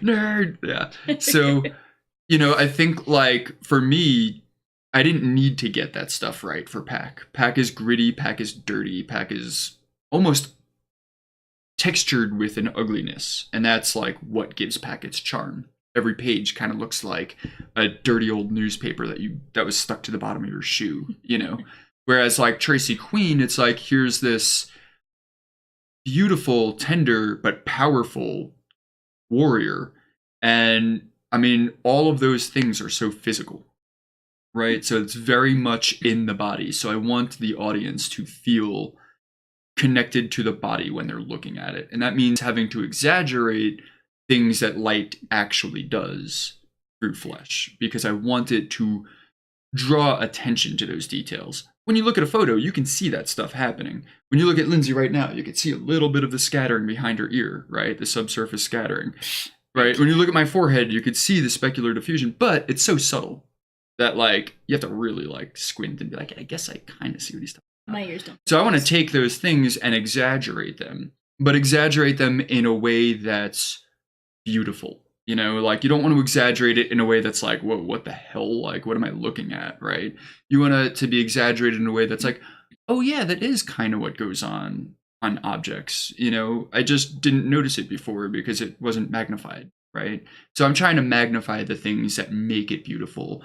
Areas that get flush when she's angry, or areas that get flush when she's turned on. Turns out they're kind of the same areas, right? It's wherever you have less subcutaneous tissue between the capillaries and the epidermis, that's areas that get flush, right? You see it like in the chest and like, up here on like near the cheekbones, like all those capillaries just go and turn red, like when someone's furious, but also when someone's turned on, So to me, the fact that she's a porn star and a warrior, I want to exaggerate those things and draw that connection for everyone, to see that there's actually not much of a difference, and how interesting that is. And also, for me, that's interesting because of how much of a taboo sexuality is, right? But violence isn't. It's totally fine to show someone cutting off someone else's head, but you show someone giving someone else a hand job and you're going on that special shelf in the back. You know what I mean? Like, and probably people are going to be like, ew, you drew that? What's wrong with you? You know what I mean? Like, what? So like I could totally show someone mutilating someone else, but not making someone else feel good. Like, what is up with that? So for me, anything that draws those comparisons is really important. And I think I would never have bothered to try to learn that if it weren't for Tracy Queen. So that's what I learned from working on Tracy Queen as an artist. Show them what you have in your hand. It's a tiny sword. It's a katana. Oh, I really want one of those. Ever since you showed me that photo of them, I really wanted them. They're pretty cool. I really want a sword fight with them. Wait, am I getting bullied? What's happening here? Oh, there's a lot of questions I've missed. Nico needs that sword. See, it would be like gigantic for him. It's like twice as big as him. I don't know if they're really on the same scale. I guess they're pretty close. So. Well, for a katana, maybe actually, he would use a tanto, and a tanto for him would be the size of like a katana to me. Tanto is the smallest set, the smallest blade in a traditional set, a three-sword set. What they used to use for ritual suicide, right? Yeah, it's a ceremonial blade. I mean, there's many different ritual purposes for it. But yeah, so a tanto is the smallest one. Anyway. So who's teasing me? What's I going also on learned here? a lot about different types of Japanese swords from working on Tracy. Because he taught me about them. Because I knew that Tracy had a sword, but I didn't know enough about swords to like care what type of sword it is. But then he educated me about different types of swords.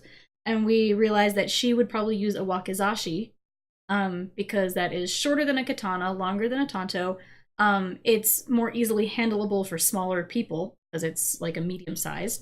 And it's specifically made for indoor use, which is where she's fighting. So Tracy's wakizashi is her go-to blade. FYI. That's really fascinating. Yeah, I actually have a sword, a wakizashi, that I named Tracy. So, a little bit of a geek about my own stuff. So, I actually have an answer to that question as well. Oh. I'd Good. like to answer it from my point of view as someone who's read Tracy Queen so far, everything that's out so far. Okay. Tracy Queen's taught me a lot, and I think that's amazing that you can actually teach people who only know what you've written and can only see what's on a page.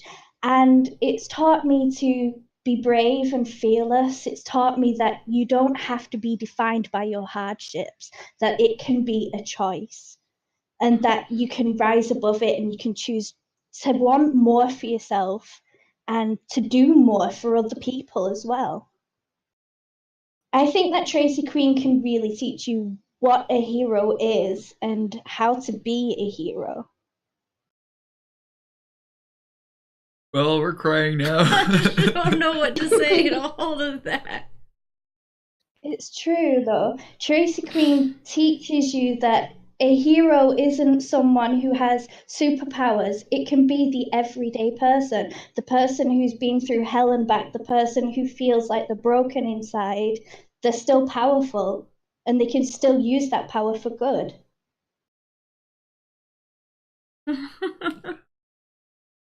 I'm so happy that that's what you've taken away, because I think for me, one of the really important things about Tracy Queen is that, like I said, she is a mess. She is really complicated. She's not always really a good guy in the classic sense, like, but she really does make her own decisions. And I think that there's a lot of confusion in pop culture about how women can empower themselves, especially when those women are involved in sexuality. And I think that there's a lot of sort of preaching that goes on about, like, oh, well, sex positive, feminist, empowered women should do this, and they should look like that, and they should, you know, like, tick all of these things off of their list of how to be an empowered woman. You know, there's like how-to articles and all sorts of shoulds around feminism and how to be empowered as a woman.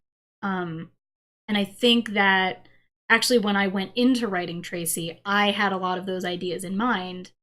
And then as I wrote the character, I realized that it's never that easy. It's never that cut and dry. Everyone has their own journey that they're on, and the place that they're coming from can often reach out and grab them and try to pull them back. And the experience of making your own destiny and being the best version of yourself is not a straight line.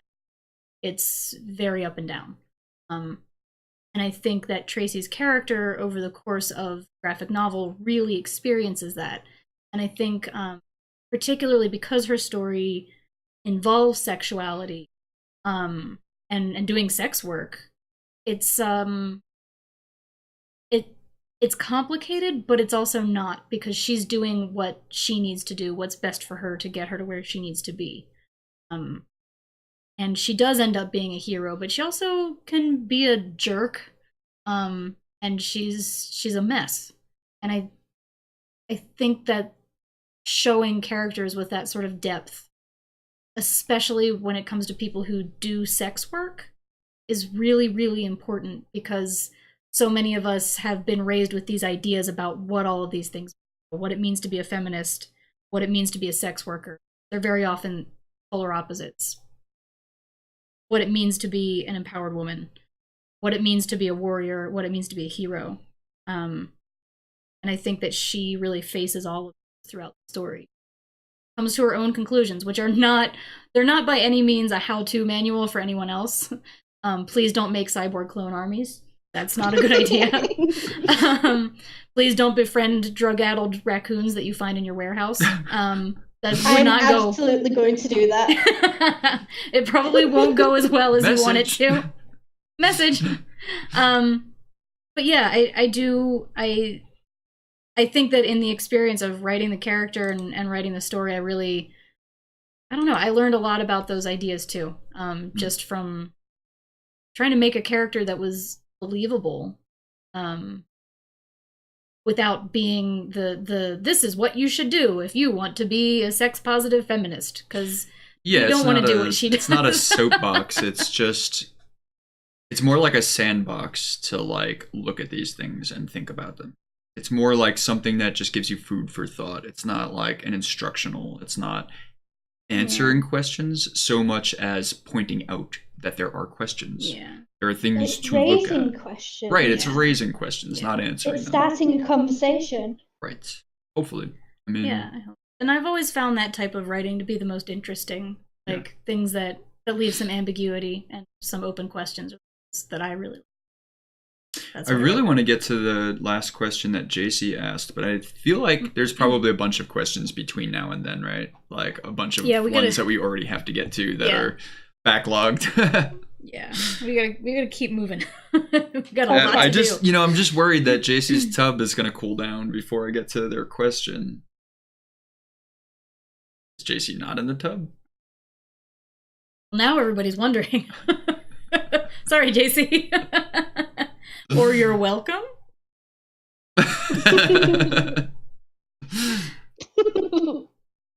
Oh, thank you, Rename Me. I think I really rambled there. I'm not sure if I started out and ended up in the places that I wanted to, but yeah, whatever. Smart Birdie, stop the production on the clone army. I'm having second thoughts. No, but seriously, well said, Lindsay. Awesome name card. Yeah, seriously. JC Chase, always in the tub. JC is always both in the tub and not in the tub. Whoa. They are Schrodinger's JC. dream chaser. Oh. That's so cute. Take your time. All right. I drank a lot of coffee. Oh man. Do you want to have a quick break? Yeah, should we put on like a video break or just like step away for a minute and come back? So I could get more coffee. You're the boss. Or maybe Deus could just provide intermission music. Or maybe I'll take a break while you talk to Deus, and then you take a break while I talk to Deus. And then I don't need a break. Well, Deus, do you need a break? I'm okay. Sure. Are you in the tub right now?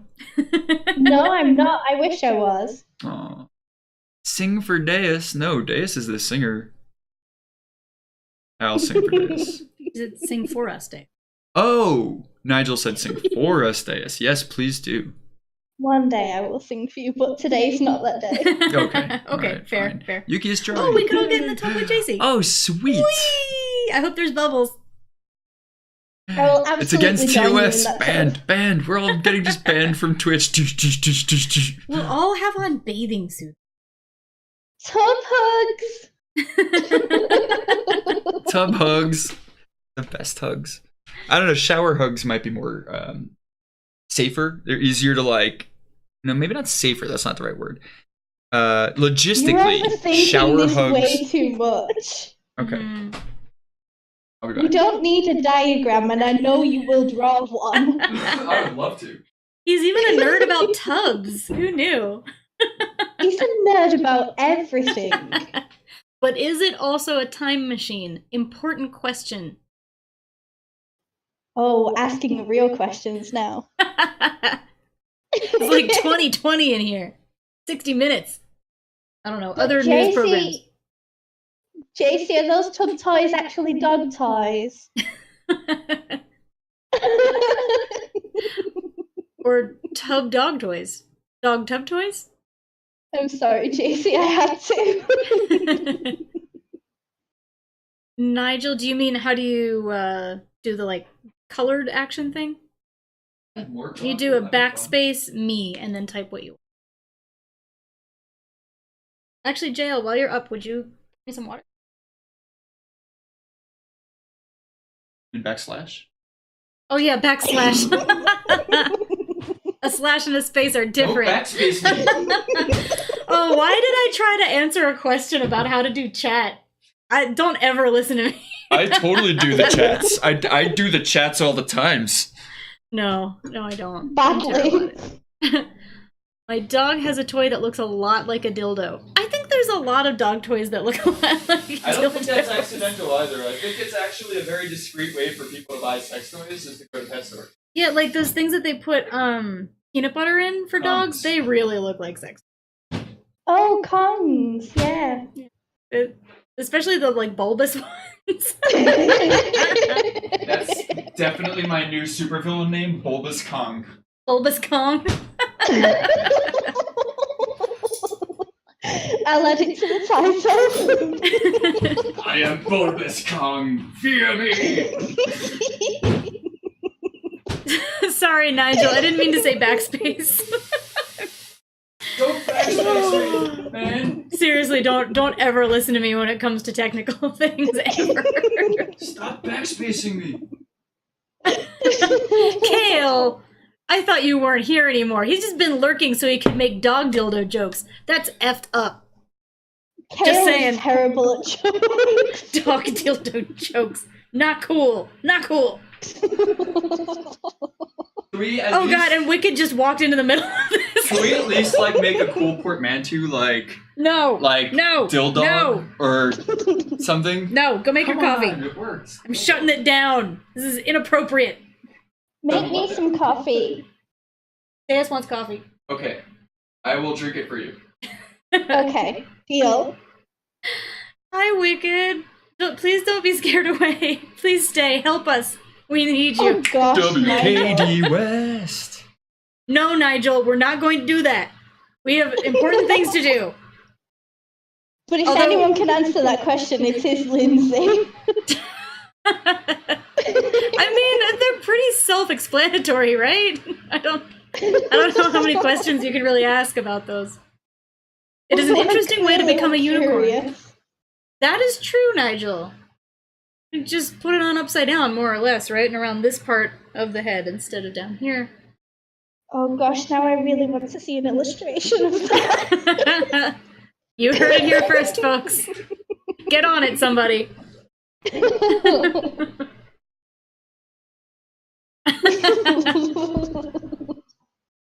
Hi, Wicked. Yeah, well, It's Wicked. your friendly neighborhood Deus. I'm trying to avoid other rabbit holes. I'm just gonna sit here quietly and not say anything. Hello, text of Wicked. WKD West. Makes the cutest little mushrooms. Did you all know that Wicked does mushrooms? Oh yeah. Here, we Wicked can show does you, mushrooms? Yeah, Professionally. we can show you some of the mushrooms that she's done for us. Take them We out have- of the plastic so they're not shiny. We have all these little fun guys from Wicked. This is our Put a first bunch. one. So if you join Wicked's Patreon, you can get one in the mail every month. Yep. Just saying. Yep, we get one of these every month. WKD From Patreon. West. I love this one. There's now a sticker made of this, and we got the original. An original? The original? The original. Is it the original? This feels pretty original. Oh my gosh. I think this is the latest one that we got. Look at that funky butt. Mushroom butt. So cute. Band against DOS. NSFW. No, if it had Lindsay, nips. You have the nicest nails. Oh man. Oh ew. They're so long right now. I forgot. I need to cut them. Thank you. I'm glad that you like them, but I can't operate things properly when they get this long. Like I have trouble typing, and I make spelling errors on my phone all the time, and they kind of gross me out, honestly. Just pretend it's Jayel on your phone. Nobody would know the difference. Womp womp womp. He's not. I'm He's not only sure hearing I enough to know understand that we're talking about him. She says that you make a lot of typos. He had no He response knows. for that. I have that. He's like, yeah, I've heard it on my before. phone. Oh, are you getting special nails for TwitchCon, Wicked? Are they going to be Wicked looking, like pointy ones. Wicked's gonna have wicked nails. Wicked nails should be a thing. Claws. Dun dun dun. Yeah, a lot of people bite their nails, Yuki. I actually don't bite my nails, but I pick at the cuticles around my nails a lot. It's a very bad habit. Ooh, that must be so painful. Yeah, it's pretty dumb. Wicked claws. Welcome back, Jayel. Hi, it's good to be he back. has a huge cup of coffee. He's gonna be bouncing off the walls. So we better power through these questions because I won't even be able to Look at the sit next to size him of this soon. coffee. It's like the size of Lindsay's He's gonna head. be vibrating. Oh my goodness. Interesting true fact, I got this mug from the parent of one of the kids that I taught for a year. I was a volunteer teacher's aide for a year in a kindergarten classroom. It was terrible. I'm not good with kids. But one of the moms gave me this This is beautiful how mug. they drink coffee out in South Dakota. Yeah, they do. With mugs They do. the size of your frickin' head. There's always and they're like, oh, I'm coffee only on my the 12th res." coffee. We should get more. Wow. Well, good job, Damien. That's a really hard habit to break. I mean, because it's just, they're always there. Stop yourself. Proud's coffee. Yeah. Mug holds 6 cups of coffee. Oh, jeez. I want to see on the chat how big this is in comparison to my head. Literally the size of my face. Wow, that's big. I have a big head, so it doesn't look as big compared to mine. Whoa, Proud's coffee mug holds 6 cups of coffee. That's Vibrates. I think that's actually a soup bowl, Proud. Yeah, that's You're- probably a soup bowl that you're talking about. Yeah. Or a bucket. But it's just a bucket. Well, good luck with quitting smoking, Damien. That's a tough one. Yeah, I quit smoking not too long ago, like a year and a half ago. It was tough, but you know, like, it's totally worth it. You can do it. We believe in you. Yes. Yeah, we'll all be here to support you when you're ready. Tough. We're rooting for you. I'm not terrible with kids, but I've actually worked with kids a lot in the past, and I don't enjoy it very much. I'm not much of a kid person. Lindsay's I don't like, know get how- off my lawn, you Yeah. little fuckers! But I did teach Miss Lindsay, you're scary. yeah, they called me Miss Lindsay, and I Aw. taught about 35 kids. It was me and a nun, and occasionally another teacher's aide, with 35 kids in a classroom for a year. It was nuts. Oh. Yeah, they were bad. They were very badly behaved children. Oh, I mean, It's true. they were definitely at-risk youth. You Yeah, know, I mean, they were at-risk youth. impoverished kids in a hard situation. Yeah. And And I mean, I loved them too, but it was a tough year. So this mug is like, it was like one of the parents was like, "Hey, thanks," and I was like, "Oh my god, you like me? Congratulations, you survived. Yeah, it was tough. I am an old man. I don't know Monster House, but definitely an old. JC stopped biting their nails when they started working out regularly. That's interesting. yeah, exercise, Yeah. reducing anxiety, That's anxiety feeding into the nail biting habit. That makes a lot of sense. Yeah. I wouldn't have thought of it, but like I could now that you've said it and put it in that string, it's like, oh yeah, That that makes totally is. It follows, you know. Yeah. Plus, I think sometimes like exercising a lot can help boost confidence, and a lot of those little habits like nail biting and like I'm picking at my cuticles, it's definitely when I'm feeling insecure. I start doing that. Yeah. All right, okay, we better get back to the Q&A. Oh, we have to oh. like actually do other things after this, so we can keep moving. Okay. So Crystal asked, what led to Nicola being a raccoon instead of a different animal or even a person? I just want to say Nicola is a person. True. He's a fully formed person, Raccoon personhood. but not a human person. Yeah. Well, so I mentioned this before, so some of you may have heard, but for anyone who came in, I will say again. So Nicola was originally going to be a ferret, and I started doing sketches of ferrets. But when I realized that he was going to be involved in the making of the cyborgs, he was going to definitely need thumbs of some kind. Because I do have a lot of junk science in Tracy Queen. Like, you can't actually make clones out of the genetic material that Tracy uses. But I felt very strongly that it would be ridiculous to have a ferret doing really dexterous things with its hands. So it either had to be a monkey or a raccoon with thumbs. And I decided to go with raccoon. When do we get to see Lindsay's sketches? You don't. They're terrible. I think we do. I think we do. I actually don't even know where they are. Come on! I don't know. I didn't even know that you had sketches. I didn't do very many because I was like, I am terrible at this. And then I like started talking to him about it, and he was like, "Hey, I'm an illustrator. I like that idea." So I just kind of turned it over to him. I didn't know. Skip every other question. Maybe if I find them at some point, I will share them with the group. But I literally don't know where they are right now. So. Well, maybe you should just do some new ones. I have not. I have been so out of practice with drawing lately. I don't know if anybody wants to see anything that I draw right now. I do. No. I do.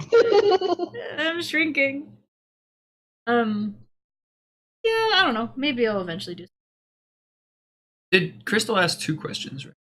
I don't remember. No, that was the question. Oh. Unless I missed one, but I thought I was being vigilant. I'm sure you were being way more vigilant than I am, so I will trust you. Yeah, that's true. And if we missed a question and go on to like a question that's after yours or something, you can feel free to be like, "Hey, you forgot my question." Start a fight. Just reiterate. Start a fight. Start in a chat. mosh I pit. only slightly take offense. And actually, interestingly, I never really thought about this before, but when I had the idea of Tracy having a ferret, it was definitely like a pet. Like, okay, I purchased this pet and now he's like my sidekick.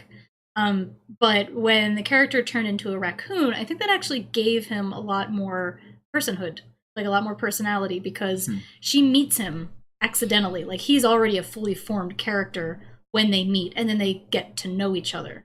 So I actually think that probably made the story a lot more interesting and a lot better, because he has much more of a backstory and much more of a chip on his shoulder and a drug habit, and all these things that really give him a lot more depth than I think he would have if he'd been, I mean, I guess a ferret that was like bred in some sort of like horrible, like ferret mill conditions probably would have a pretty crazy backstory also, but it'd be very different. So it would be more like a story that you'd expect from Pack or something. Yeah. So I'm really glad that Nicola ended up as a raccoon. I love Nicola so much. Me too. He's my baby. We'll have to fight over him. With eggplants. Yes. Like gladiators. Yes. I don't know if you got that show in America. Oh, yeah. We had American Gladiators. Did you? Yes. Oh my god. American Gladiators was great. Oh They used to fight on gosh. these tiny little platforms, and they had these huge, like, staffs with, like, padded things on the end, and they looked like huge Q-tips. I remember Yes. that. Yeah. I didn't know that there That's was amazing. a UK version. I just thought it was always Yeah. American Gladiator. Ah, that's awesome. That's amazing. Nigel made something Okay. horrible. Uh-oh. Oh gosh. Spyro, so it's the XXX version of On Guardians the of the carpet. Galaxy. So I had no idea about Guardians of the Galaxy when I started writing Nicola. I didn't know anything about that I franchise. actually remember when we first started working on this, somebody saying to me, there's this Marvel character who's a raccoon. Like, you just got to make sure that they're not too close. And I was like, yeah, I mean, they're pretty different, right? Like, he's an alien cyborg robot thing, like, experiment. And this is, like, more like an Earth raccoon that, like... And I was just like, they're different enough. And besides, no one knows who Rocket Raccoon is. I mean, Guardians of the Galaxy, like, who the hell has ever read that? You know what I mean? Like, and they were like, well, yeah, I guess that's true. And then, like, literally a month later, they were like, oh, dude, they're making a movie out of Guardians of the Galaxy. And I was like, what? It's like, no. Whatever. Oh. Chris Pratt wouldn't even work in this movie. So. I mean, Chris Pratt could play a great Howie. No, he couldn't. Okay, fine. You're right. He's not self-defeated enough for that. But Howie hasn't Aw. been really a character that anyone has met I'll yet. check DMs after stream. But the other important thing is that I wouldn't actually call Tracy Queen the graphic novel XXX. Yeah, It has it's really triple not. X themes. It talks about triple X, and there's definitely going to be some scenes where there is a lot of like nudity. But we are specifically trying not to make it very explicit. And there's a bunch of reasons for that, but basically, I want the story to be the most important thing about Tracy Queen. I want the characters to be important. And while there are lots of people in the world who can handle like actual triple X content alongside a story without batting an eye, there are probably more people at this point in our history as humans who can't really do both of those things, who will only be able to focus on one or the other. And I don't really want people to have to make that choice. And also, I mean, the subject matter is sexy enough. There's going to be enough sexy stuff in there that if that's sort of what you're looking for in it, it'll be there. But I would say, you know, the story is sexual, but it's a story more about someone's sexuality, and like coming to find their own sexuality in themselves than it is about sex. Plus, as someone who's researched sexuality and pornography for a long time, I've really learned that if people are really into something sexually and really want sexual gratification out of it, they'll get it whether I provide it for them or not. So they're gonna be into, you know, whatever they're gonna be into. I mean, yeah, if you're into Tracy Queen in that way and you like the story for that reason and it gets you off, great, fine. But I don't feel like we need to go above and beyond to make it overtly sexual. like that one time with that really juicy ripe tomato. Tomato? No. But that being said, we Just a are joke. considering doing like a more explicit version of the book. Maybe like at the end when the whole thing is coming together as a book, we may do an explicit version that you can buy separately. Tracy After Dark, yeah. Yeah. We're still kind of figuring out what that would look like, but it could be fun. So Many eggplants. Proud, I want you to like ink and color and like do like shading and lighting on that piece you did of Tracy and Patience. I want Days- Proud to illustrate my fanfic about Patience and Tracy Queen. Yes. Yes! I love that idea. I can see some amazing collaboration coming from that.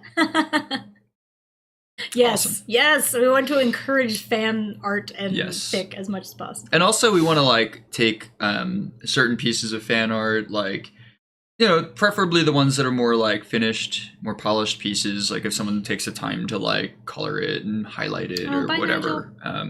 Oh yeah, take care, Nigel. Thank you for hanging out. Also, Nigel, I saw what you made. I like it. So whatever. Okay? I Ooh. like it. It's good. I didn't see it. I know, I said I was going to check my DMs after, but I just couldn't resist. I was like, man, I gotta know what Nigel made. It's a penguin with monkey. The ultimate nightmare. Oh, got an AFK. Okay, well, thank you, Oh, no. Smurfberry. Thank you, Smurfberry. Take care. Talk soon. So yeah, I think. Wait, was I talking? What was I saying? I was reading chat. You were reading chat. I was feel like I was. reading Yeah, no, I was just talking about the. What was I talking about? Oh. Oh well, I guess it wasn't important. So next Okay, question. so Yuki asked a question. Oh yeah, what's that? Since Nicola can talk, can other animals talk too? That's a good question. So Nicola's background is that he started out life as like a pretty normal raccoon that wasn't able to talk. And then he became the subject of experiments in a science lab. It's actually a mental health lab, so they were studying brains. And they were experimenting on a variety of different animals, trying to figure out how they could increase intelligence in animals. So Nicola was their most successful patient experiment. And he developed the ability to talk, the ability to read, and the ability to manipulate electronics. So there might be other animals out there from that same lab that maybe have also developed the ability to talk, but this isn't a world where animals across the board are talking. And I feel weird saying that the lab was trying to enhance intelligence in animals, because I think that most animals are very intelligent in very different ways than humans are. I think especially raccoons are very intelligent, but it doesn't always look the same way that we consider intelligence to look in humans. But I'm using those words because it's sort of the most direct route to what I'm getting at. Basically, the scientists were trying to make animal intelligence more like human intelligence. Maybe that's the best way to say it. He is the result of those experiments. So he escaped. He's the only animal that we know of that escaped from the lab, but there may be others out there. There's an Easter egg there too. I spotted it already. Yeah, Told you about it. We're little Easter bunnies. We leave eggs all over the place in the things that we make. Oh, you don't even want to know how many pages of notes I have about your PQAs. That's awesome. I do want to know.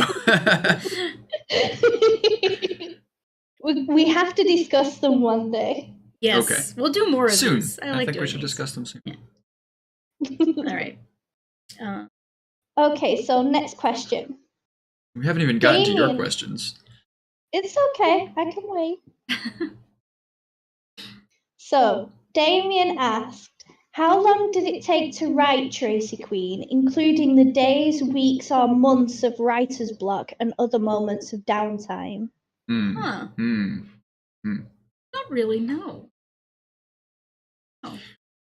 Well, you had already been working on it for a really long time before I met you, and you've not still really. been working on it since. Well, the idea, like, you had Yeah. it really well figured out when I met you, and then, like, But I hadn't started for writing. years since then, and even still today, you're still working on it. Yeah, I'm still working on it. I think the bulk of the actual writing I did over the course of about a year. Yeah. I was working a full-time job and running a magazine and making documentary short films for an art show. Make a brew. All around the same time that I started writing it. So I was writing in the corners, between other things that I was doing. Backburnering. Yeah. So, but I think the bulk of it took about a year somewhere in there. But I am still writing it. Basically, every time that he is about to start working on new pages, I go back to those pages and finesse, fix things, and then occasionally go look at what I've written already and do a bigger edit. And I still have the last 2 volumes of the story outlined, but not actually fully written yet. So I'm kind of still working on it.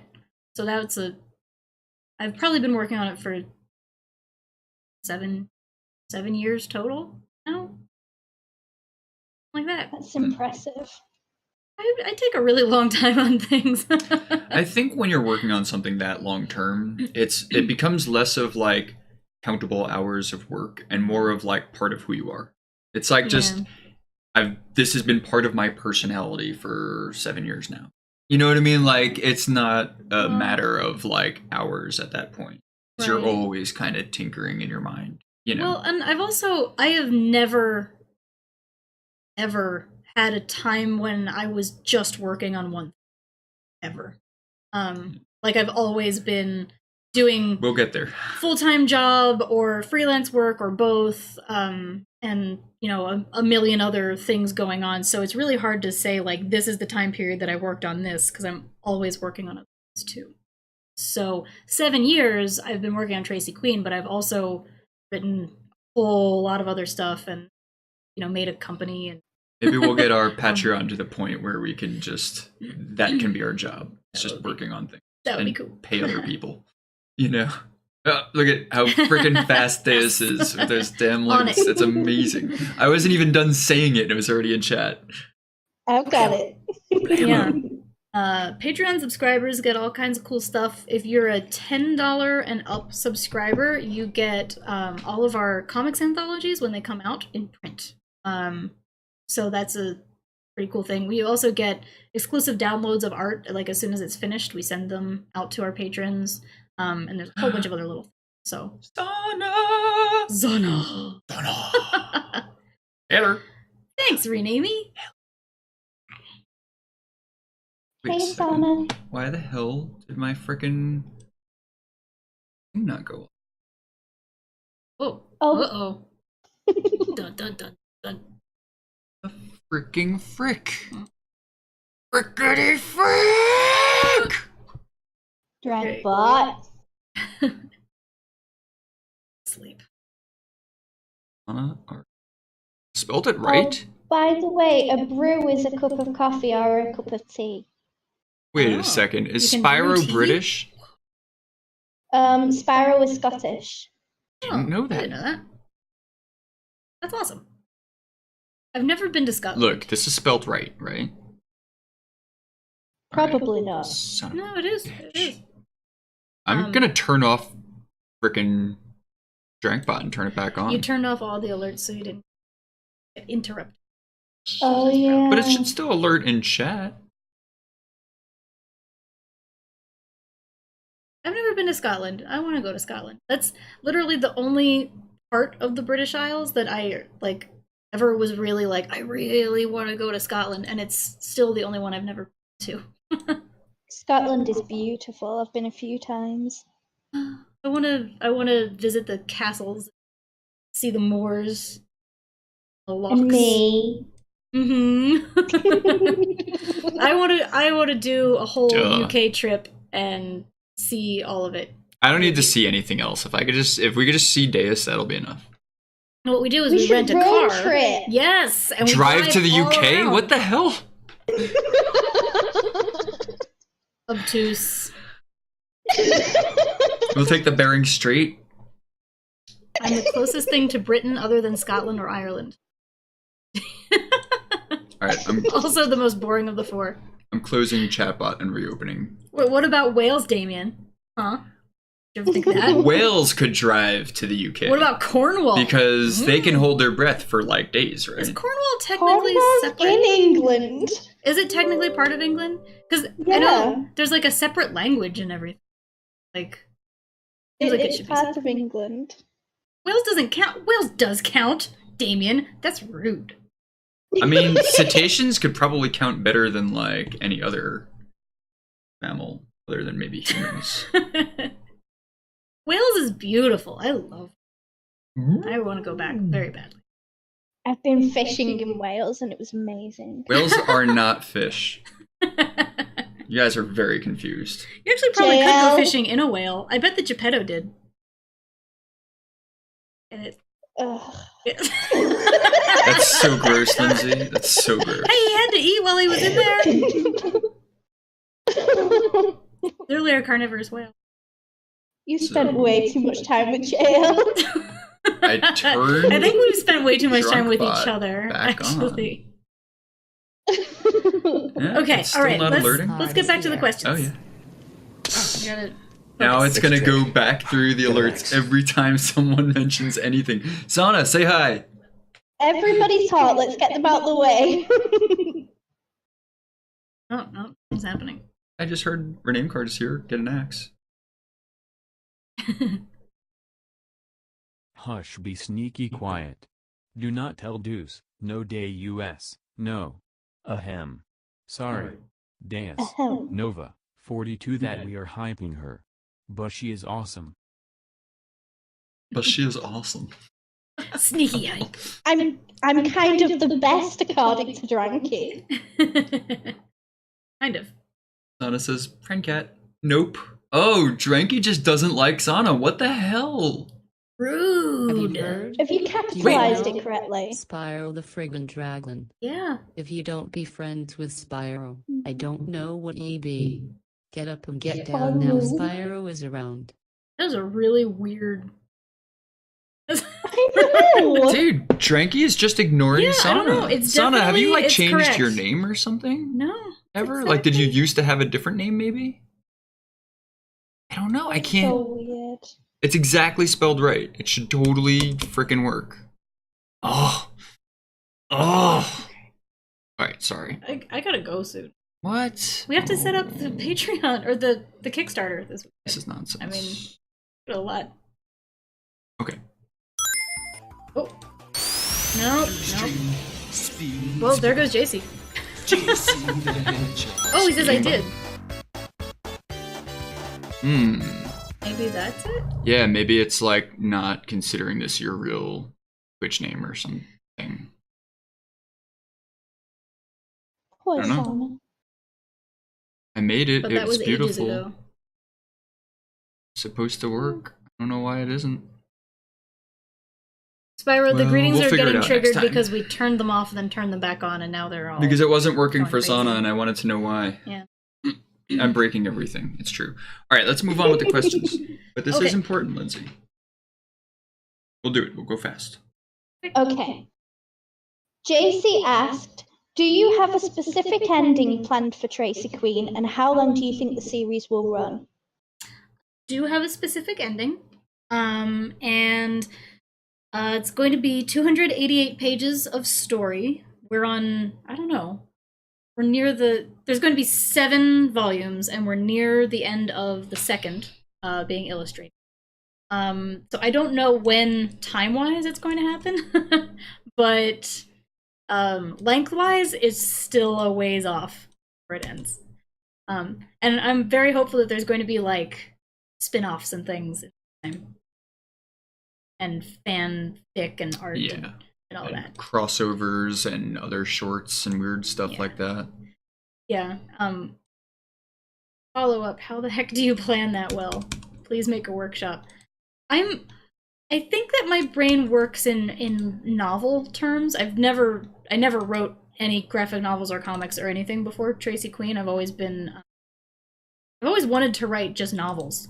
But I instead became a journalist and a comics writer. I don't really know how that happened, but I think that my brain tends to work on those long timelines. And also I just kind of kept writing Tracy for a while, and it just kept going, and there was just more and more and more, and then finally ended, and I knew where it would end, and that's where it was at the time. It was 288 pages.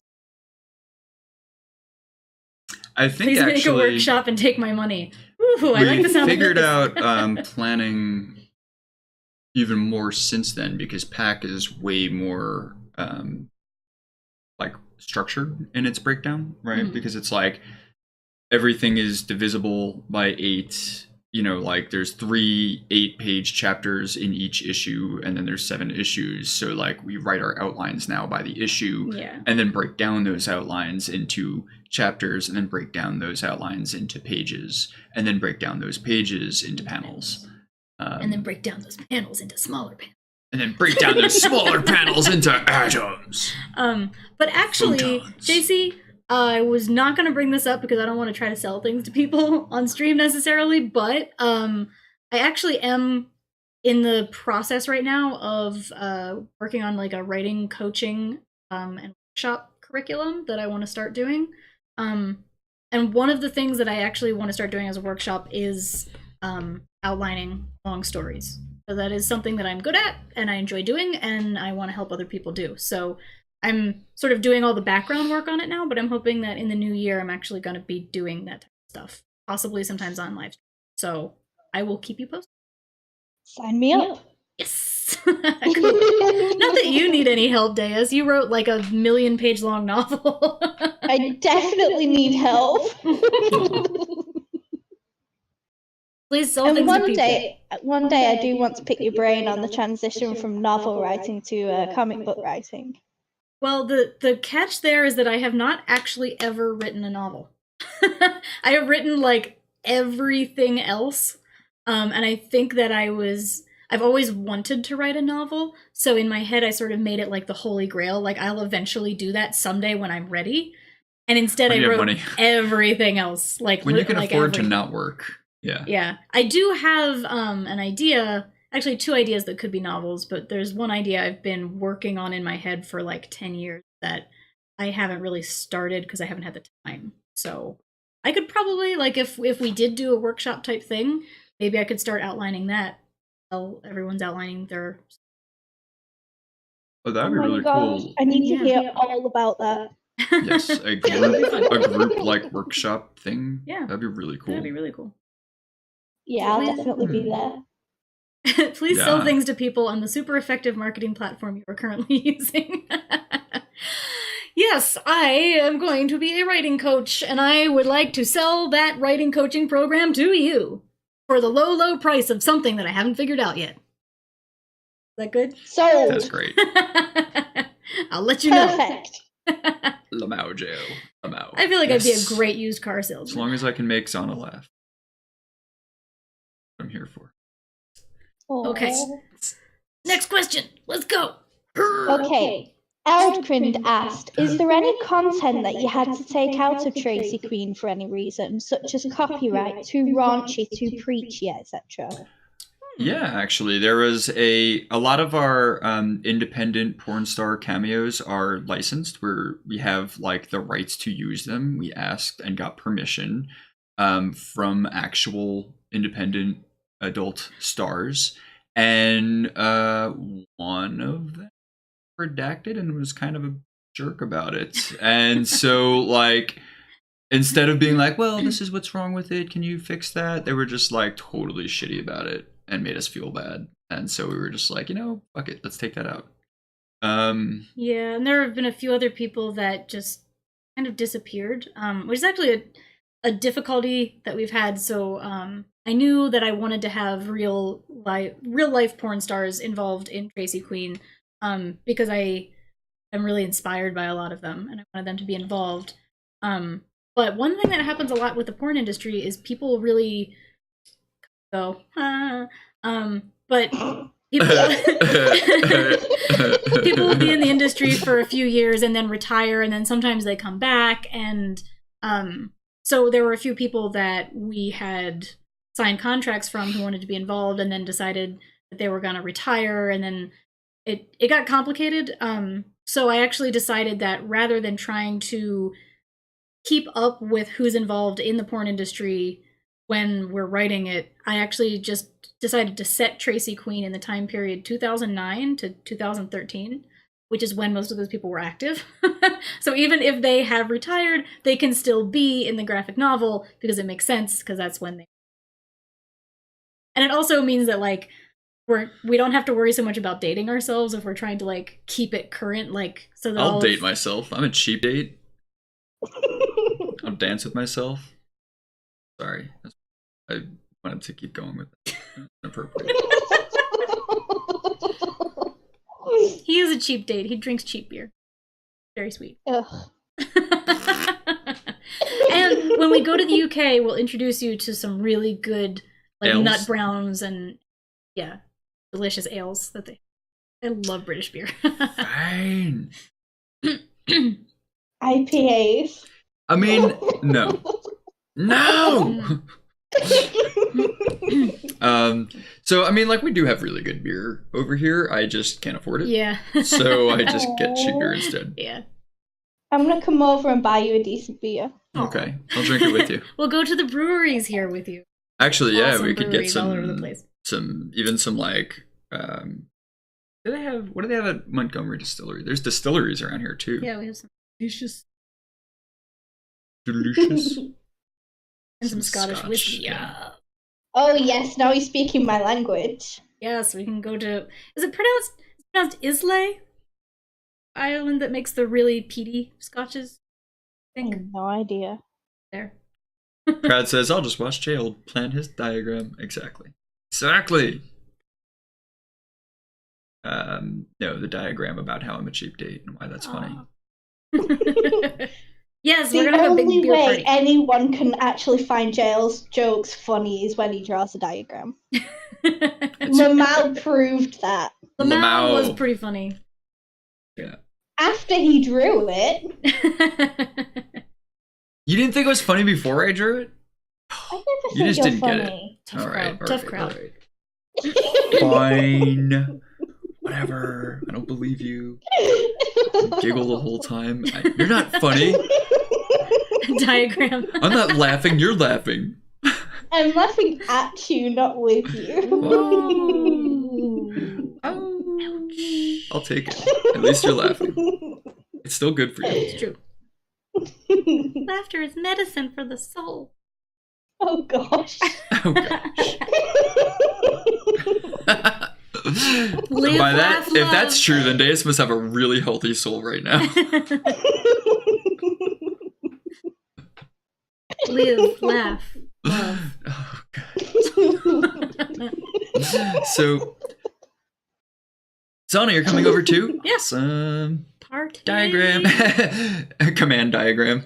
Lamau. Lamau. Oh my gosh, I'm going to make that command.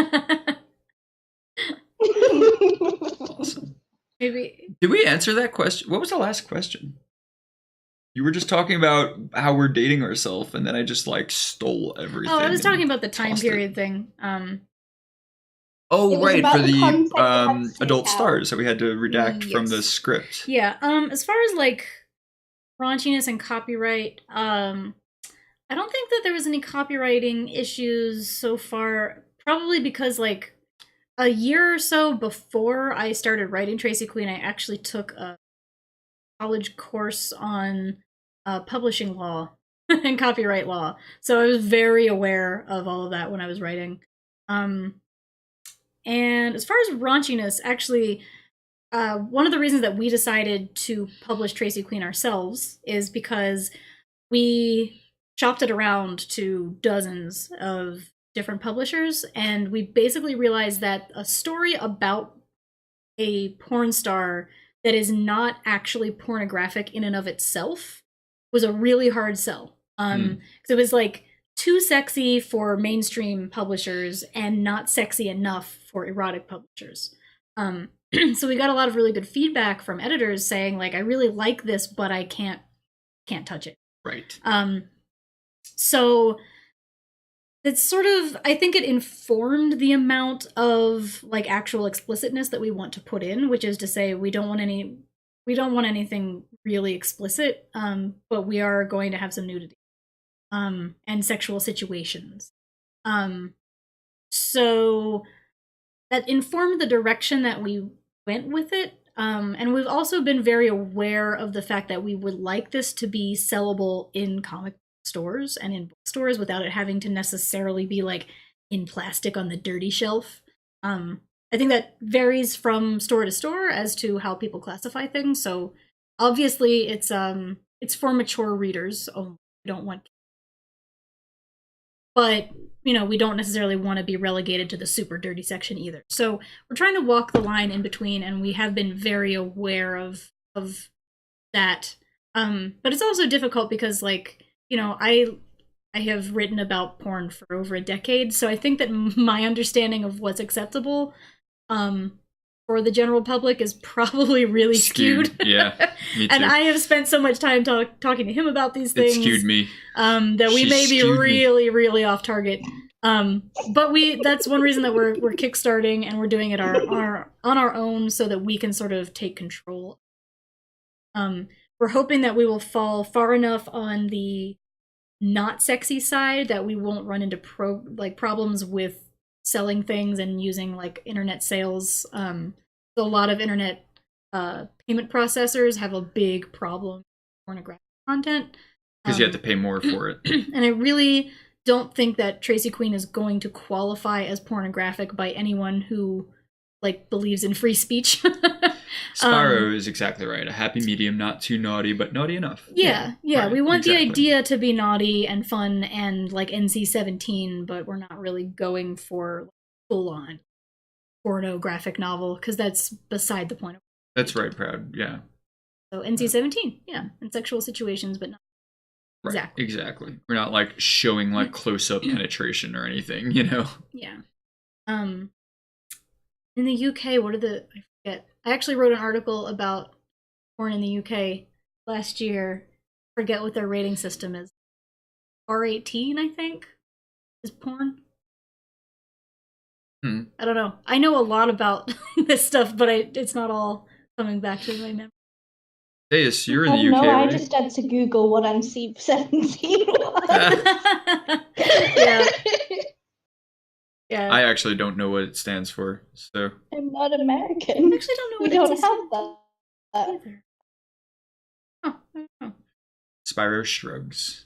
Yeah. Shrugs. So it turns out in the UK, there's a rating system for like all film, you know, and the most mature rating for pornographic films is 18. So if you want to sell your porno films in certain venues, like basically in actual sex shops, you have to submit it to the Ministry of something or other, and they actually review it and determine if you can be rated as R18 and sold in stores. Is it the or Ministry not. of Naughtiness? I hope it is. So if you have any of there's a list of things that if you have this in your film, you either have to take it out or you cannot be classified as R18, and that means that you can't sell in stores. So it's sort of a censorship thing. But that also means that there's at least one person who works for the British government whose job it is to sit in a room and watch pornos and decide whether or not they can be rated. So that person is out there. And I desperately want to interview that person because that sounds really to me. But in the US, we actually don't have a classification, like an actual classification for porn. I wonder if it's like a panel of people. Yeah, it might be a whole bunch of people. A whole bunch of stuffy people in suits watching porn together at like a freaking I think that they big do round table. If Weird. there's like an objection raised, like if somebody's told you can't sell this as R18 because it has whatever thing in it, if they appeal that, then I think they do have to go like up to a panel and try to convince them otherwise.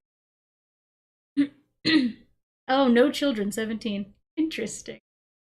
Yeah, so in the US we have NC-17, which is not really for porn, but it's for any film that is above and beyond R. But most porn films are not classified. There's actually a system for them. The XXX is what people consider porn as classified, but that's not an actual rating. It's just... Oh.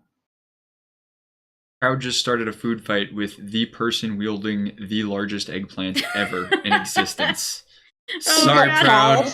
It was nice Zon- knowing you, Proud. Zon says that's my fetish.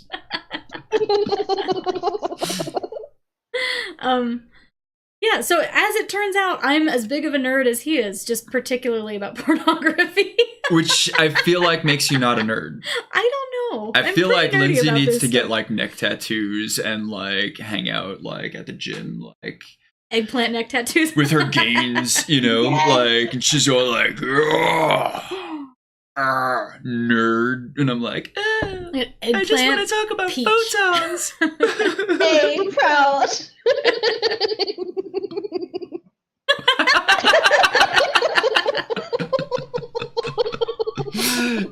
Nice.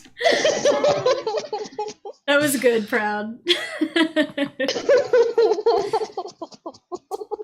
Gains. Zana says that means they probably have to watch some stuff they're definitely not into. Yeah. Yes. Oh, I'm sure. Lamau. I'm sure.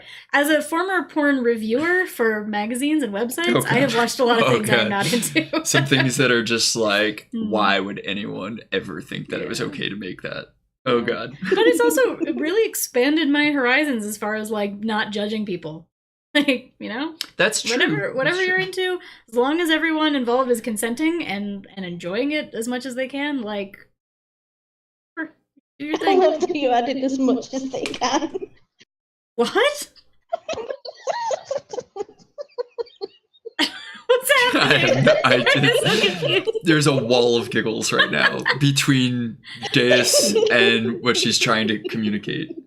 Now I'm definitely picturing myself like with an eggplant, like gaining. Yeah. Is this how Like you curl I- things? I don't know. Curling eggplants. And melons. Freaking eggplants. Cantaloupes. Are you milking the eggplant? What was that? This is curls. This is If I curls. had an eggplant in my hand, it would look like this, right? When I Right? escorted, my common line was, whatever floats your boat, but this ship isn't sailing that way. That's Nice. awesome, proud.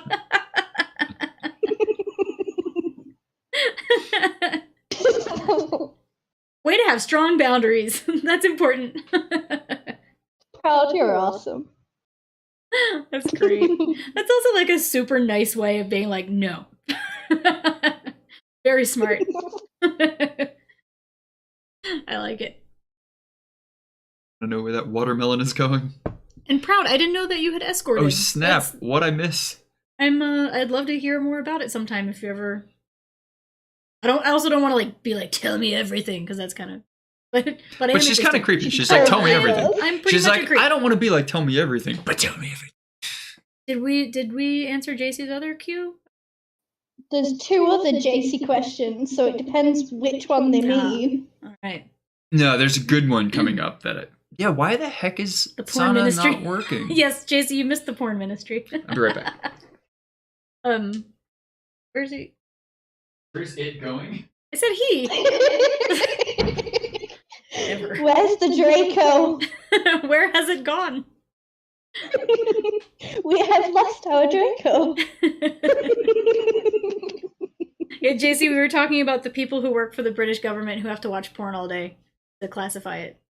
Maybe not all day. I mean, there's like sex shops are definitely not as big a business as they used to be, and most people that make porn just distribute it online. So those films that are just made for online distribution don't have to be reviewed by porn ministry dude, or lady, or who knows, whatever gender designation. So I would imagine that whoever's job that is probably doesn't spend all day watching porn. Probably aren't that many films to review. Where's it at going, this point? Precious? JC says, I don't think I would want that job.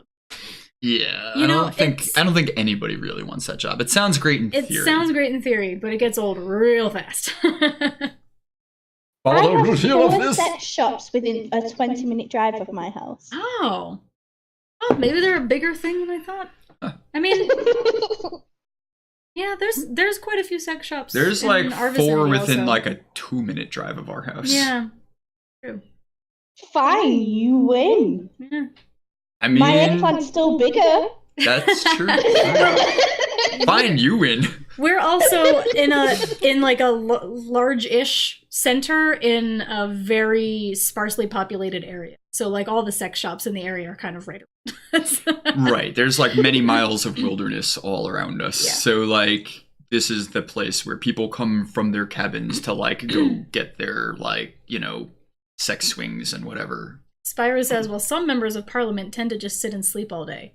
And I'm pretty sure that I also read a headline, don't know if it was from Great Britain, it might have been in Turkey, but there was a member of parliament who got caught watching porn on their phone during a session. Nice. Awesome.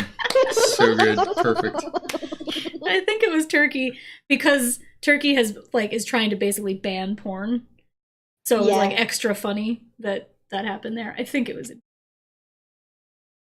Okay. So, moving right along to the next question.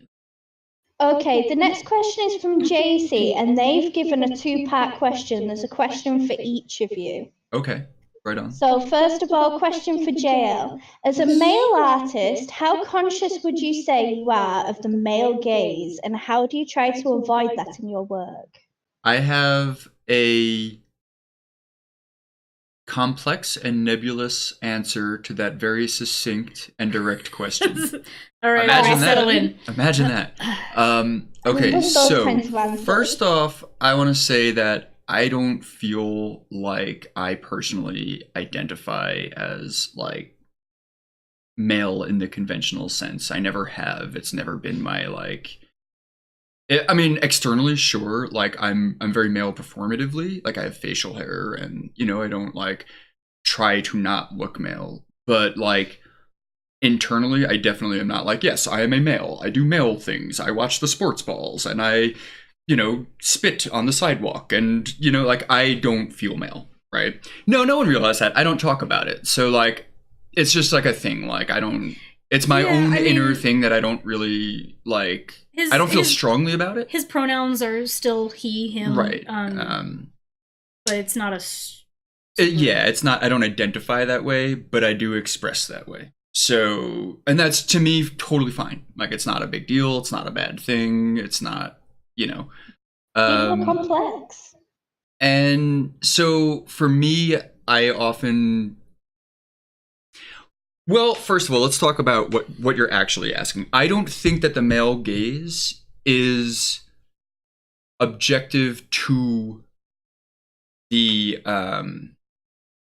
to the target. I think the male gaze is objective to the perceiver, right? So like, I don't think Tracy Queen has the male gaze. I think a male who's a douchebag might male gaze at Tracy Queen, right? Like, it's a social thing. It's not an objective thing.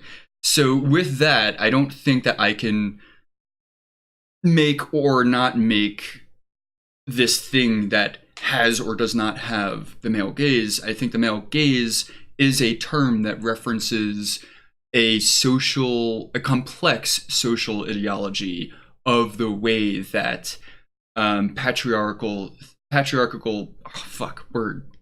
patriarchy, right? the way that we're taught to think and look at things as male identified individuals, right?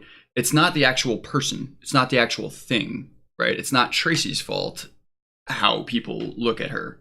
Tracy is just like, I'm going to be fucking sexy, you know? Like, to her, like, having her erogenous zones well highlighted is fucking baller, you know? And like, someone could look at it and be like, wow, that's fucking baller. You're cool. And I have the hots for you. That's awesome. You're like helping me with my self-pleasure. Like, great, you know? Or someone could be like, oh man, look at that fucking hoe. I want to own her. Ugh. Like, that's their problem. You know what I mean? Like, and the whole thing is, she, as someone who might find herself a target of that, should not have to be threatened by someone else having that problem, right? Like, that is the person viewing her having a problem, not her, right?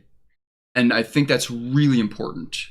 I don't think that me drawing her to look sexy objectifies her. I think how someone interprets finding something sexy objectifies them, you know? So it's like, the person objectifying other people is actually bringing themselves down a notch, you know? Someone being sexy is not bringing themselves down a notch. Someone being sexy is just someone doing what they want.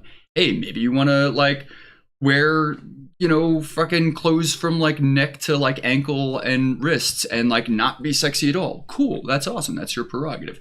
Maybe you want to like walk around with nipple clamps on, as long as you're in a place where it's not public and like, you know what I mean? You're not being like indecent to children or whatever. Like, cool. Like, that's awesome. Like, that's your choice, you know? But like, the way that people act towards that, if they're being like predatory or objectifying, that's their problem. And Tracy Queen is very much about exploring how that's their problem. I mean, we see that through Dickie Doublefinger, the villain. He's a fucking villain. He's a gross person, you know?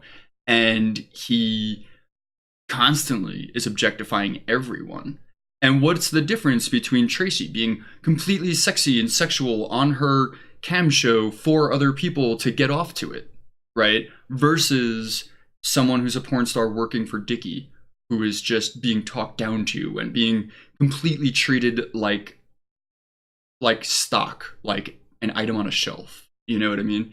There's a huge difference. And the difference isn't because one is sexy and the other isn't. Oh, she's empowered because she's not sexy. That doesn't make any sense, right? Like, someone can be totally sexual and sexy and be still very self-empowered and self-possessed, you know? And I think that that is like really important for me to show.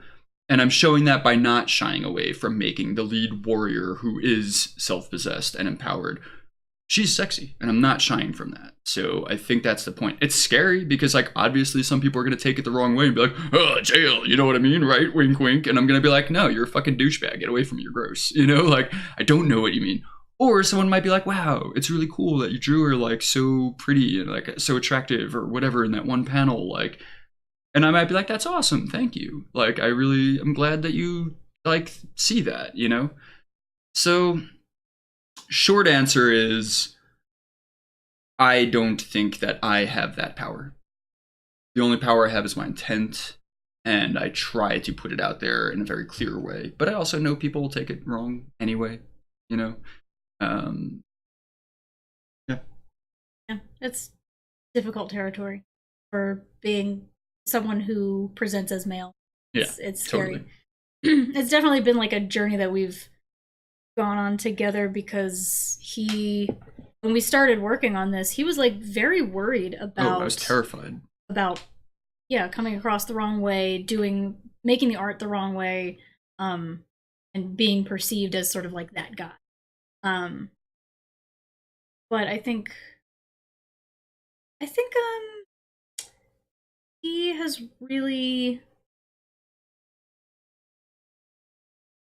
gotten to know Tracy as an individual, as a character. I think that every image he makes of Tracy comes from his understanding of who she is, not what she is. As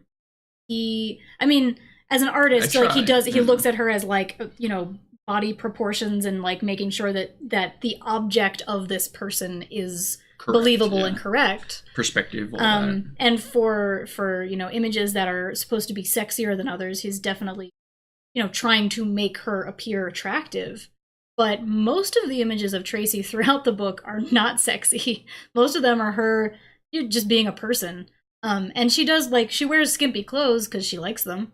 But that's something that I wrote in.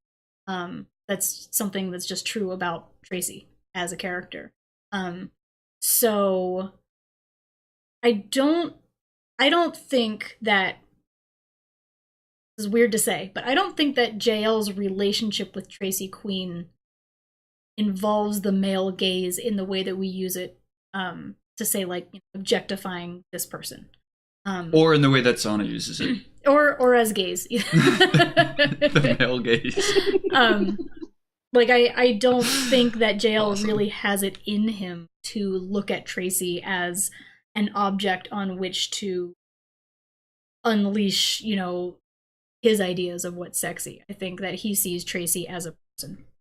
And I think that really that's a lot of what we're talking about when we're talking about objectifying people who present themselves sexually, is seeing them as a thing, you know, rather than a person. And I think that Tracy is one of the most people-y people. Super people-y. Yeah, she's a super people. Super people. I like she's a weirdo, you know? She's very strange. She's eccentric. Got all kinds of idiosyncrasies, and I think that in working with her character, he has gotten to know her in that way. And he's not a person who's really able to like remove the agency from a person in his experience, like. And so I think that what comes out in the artwork is a well-formed human being who happens to be sexy sometimes. Often. Oftener than others, so perhaps. I mean, I think she's sexy when she's like drooling on herself or talking with her mouth full, you know? And like, I think that her sexiness is in her self-possessedness, her not giving a fuck, you know? Yeah, and I mean, the one of the powers of Tracy Queen is that she is who she is herself, she is highly sexual, and so that's part of who she is. And if your experience of her is understanding that as part of her personality and not as something that belittles her or makes her like not feminist because she likes sex, which is like that's a ridiculous idea, I think. If you can hang with her and understand that part of who she is very sexual, then that's just who she is, and that's who you like or despise, or so yeah, that's sort of a roundabout answer. Very well said. It's a hard question to answer because it also involves like breaking down these social constructs and talking about that to be able to answer it accurately. It's a complicated subject. And we don't want to shy from that either. Like, I think it's really important as creators to be able to talk about it. I think that's a form of being responsible, taking responsibility for your creation and being able to talk about it in, you know, the greater social context. Which is why this Q&A is so important to us, you know. It's like exactly what we want to do. I hope that wonderful job. Oh, thank you so much. You're welcome. What was there a second half to the? I think There the second was, half but was you've for you. actually already answered it. Oh. All right. Cool. The question was, how well do you think Jayel does avoiding the male gaze, and how involved are you in the art direction in general?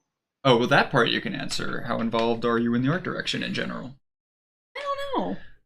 I mean, we spent so much time like working on the development of Tracy, the art, like together, that at this point, like I do pretty detailed descriptions of what's going on in every panel, and I pretty much trust him. But a lot of the time he'll do sketches and then say, is this working? Is this right? Sometimes I'll change things and be like, hey, look, for composition purposes, I took these 2 panels and merged them, or I got rid of that thing. Is that okay? And usually it's like, yeah, cool. Sometimes it's like, oh, but no, the reason why I had that there was blah, blah, blah. And then I'm like, oh, shit, I guess I should change it this way. So, you know, I do tend to show Lindsay my sketches and just get like approval before I go into like inking it. And really interesting like tidbit is that in my head, when I'm writing a scene and describing like where things are and how somebody's moving, almost without fail, every panel he will draw it and it will be like a mirror image of what I was thinking. Like everything will be exactly really opposite in the way that he places it. It's so weird. Like it's never like slightly different. It's like exactly the opposite. Like even like where the furniture is placed. It's very interesting. Dickie's decor. Decor. Noticing someone looks good is one thing. Treating someone like I agree. And I think that one of the like things that sort of like toxic masculinity has enforced on the culture, our culture generally, is the idea that you can't notice someone looks good or be attracted to them without objectifying them. And I don't believe that's true. I think that's for some people, maybe that's how they operate. But I don't think that that's universal, and that's the truth. Continuing on this question, and then we'll go on to other questions, but JC's commenting a return. So they say, yeah, I appreciate that you're open to talking about that. I think with a character that owns her sexuality, it's super important that she's depicted in a way that shows that she is in charge of her image. And from what I've read so far, it seems to be the case. But I can understand being worried about getting that stuff right, because I grew up influenced by artwork that objectified women, and it's taken a lot of work to shake that from my own work. Right. Yeah. And I mean, I think the thing there is Tracy doesn't own her image the whole way through. Like, she starts off in a very bad place where she's completely owned by her heritage, her family's expectations of her. And then she breaks away from that and goes into, you know, a whole nother line, a whole nother industry that tries to own her. And like the whole time, this is her battle to be self-empowered and self-possessed, you know? And so we show that, you know, that's part of her story. It's not incidental to her character. It's like, that is the meat and potatoes of her story. We have potatoes. Yeah, I think that like, say this. I think that in a lot of art, male gazy art, you know, art that was made by straight men for straight men to consume, like in a lot of, you know, like standard superhero comics, you know, like the women are just they're the ideal figure, and their boobs are always up here, and you know they're perfectly curvy, and they're always depicted in poses that enhance the femininity of their bodies, you know. And I've always thought that's so ridiculous, because like in mainstream comics, God forbid you show a nipple. But if a woman is wearing an outfit that is so tight that you can see like the folds of her labia, that's totally fine. And I don't understand how that works. But there's such a male gaze to what we've been taught is like standard comic fare and what women look like. And I actually think the fact that when we were designing the character originally, we actually hired a model who looked a lot like what we thought Tracy Queen looked like. she came to our apartment and we did a bunch of photo shoots of her acting out the poses from this 8-page sample that we make. So from the very beginning, Tracy Queen as a character has been designed based on a real woman. And since then, I think that the character sort of developed so she doesn't look that much like that woman anymore, but Jayel almost always uses reference of some kind. So he's actually looking at like real bodies and what they look like in certain poses and using his understanding of like real actual human anatomy. So he's never operated on the like, oh, I want her to look sexy here. He's always operated from the perspective of like, what does a person look like when they're doing this? And I think that really works well for the way that she's written, you know, like as a real person. And actually, it's funny, like when I was originally writing it, I had imagined it as a much more like abstract, almost like very highly stylized art. And I didn't think that it was really going to look realistic at all. So it's been super interesting to see it develop in a very different way than how I originally envisioned it. But now I'm realizing that it's probably better that way, you know? It's a lot easier to slip into sort of comic book tropes about what female characters look like if you're not actually thinking of this person as a real human being. Right. So I think that it works really well. Oh man, people are chatting up a storm. Yeah, I think we're getting into social politics and Yes. We're getting away from Tracy Queen. Come back, reel it in. Because they're subject to the usually they're on the fence. Who's they talking? I was just Scroll. making a point. Yeah, No, you are all fine to I love make this points. We're just running out of time for this Q&A. Well, there is actually only one Where question was left from chat, so Oh, okay. Oh, okay, and then we have your questions, right, Deus? if you've got time, but we can always pick this up another time. I want to do another Q&A when we're midway through the Kickstarter to, you know, like if people are coming to the Kickstarter but don't know that much about it, I would love to do it. Okay, so let's see what the next question is, and we'll see how long that takes. Okay, the next question is another one from JC. And they ask, have there been or will there be any crossovers, and do any Oneshi Press stories exist in the same universe? Aha! Yes, they Well, do. there I know are the answer to plenty. this one. There are plenty of Easter eggs, and there are definitely scenes in Tracy Queen where there's things from Pack in the background, and there's And vice versa. There's scenes in Pack where there's actually a pretty funny scene in Pack where Tracy Queen is walking by outside the window of Tarmuk's. Yeah, that's in the first issue. In the first issue, yeah. So that'll be in what we are kickstarting starting Monday. Will be issue 1, and in there you'll see things from Pack like sprinkled.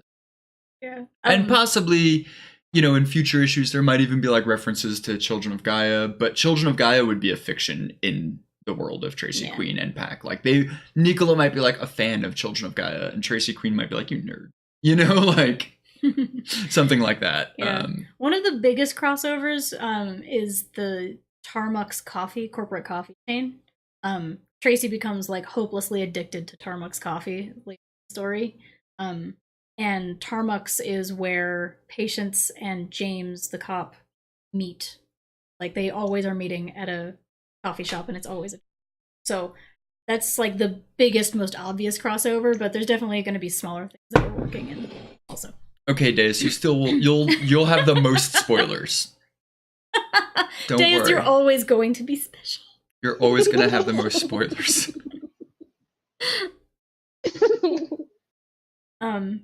I swear I found all the Easter eggs. I can't wait for you to tell me that I've missed one. You probably caught ones that I didn't even know were there. Probably. Like, oh shit, I did that? Wow, I'm genius. Yeah. Well, it's like when I was in high school, I took French and Spanish, and I think one year I had Spanish followed by French in the same classroom with the same teacher. And I'm pretty sure that I don't actually know how to speak Spanish or French, but because I was doing both in such close proximity that I think I was speaking like a combination of the two. Esperanto. And I feel like it's impossible that he would be able to draw all of Pac and all of Tracy Queen without mixing them up without even noticing. Oh, I really hope I found things you don't even know you've put in there. we'll have That to, would we'll make have to me test so it sometime. happy. So I think we have enough time. Question or two. That one was really quick, right? So you want to go into some of your questions, Deus? Yeah, we could do 10 more minutes because it's almost. Okay. And she has to go to absolutely. bed. Oh, that's true. Sick. And I could also, I could do a little bit more Q&A after. If you got a split, like I can just hang out for a bit and wrap it up. Yeah, whatever. Okay.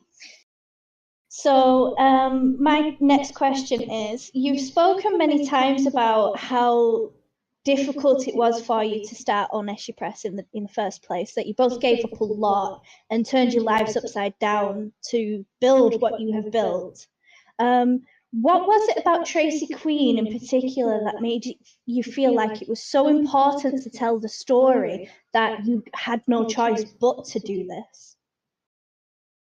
That's a great question. Yeah, That's fantastic. I think there's actually like a few answers to that. And I think that I might end up sort of rehashing some of the things that I've already said from my perspective. But I think it's weird. It's very weird for me to say as a creator that I think my work is important. Like that feels very inflated head-y. But I do think that Tracy Queen is an important character. Because I have worked in and existed in sort of like the liberal feminist sex positive space as a writer for a long time. And I've very often gotten the feeling that there's a right way to be a sex positive feminist woman. Like listicles, about like the 10 things you need to do to be the right kind of person.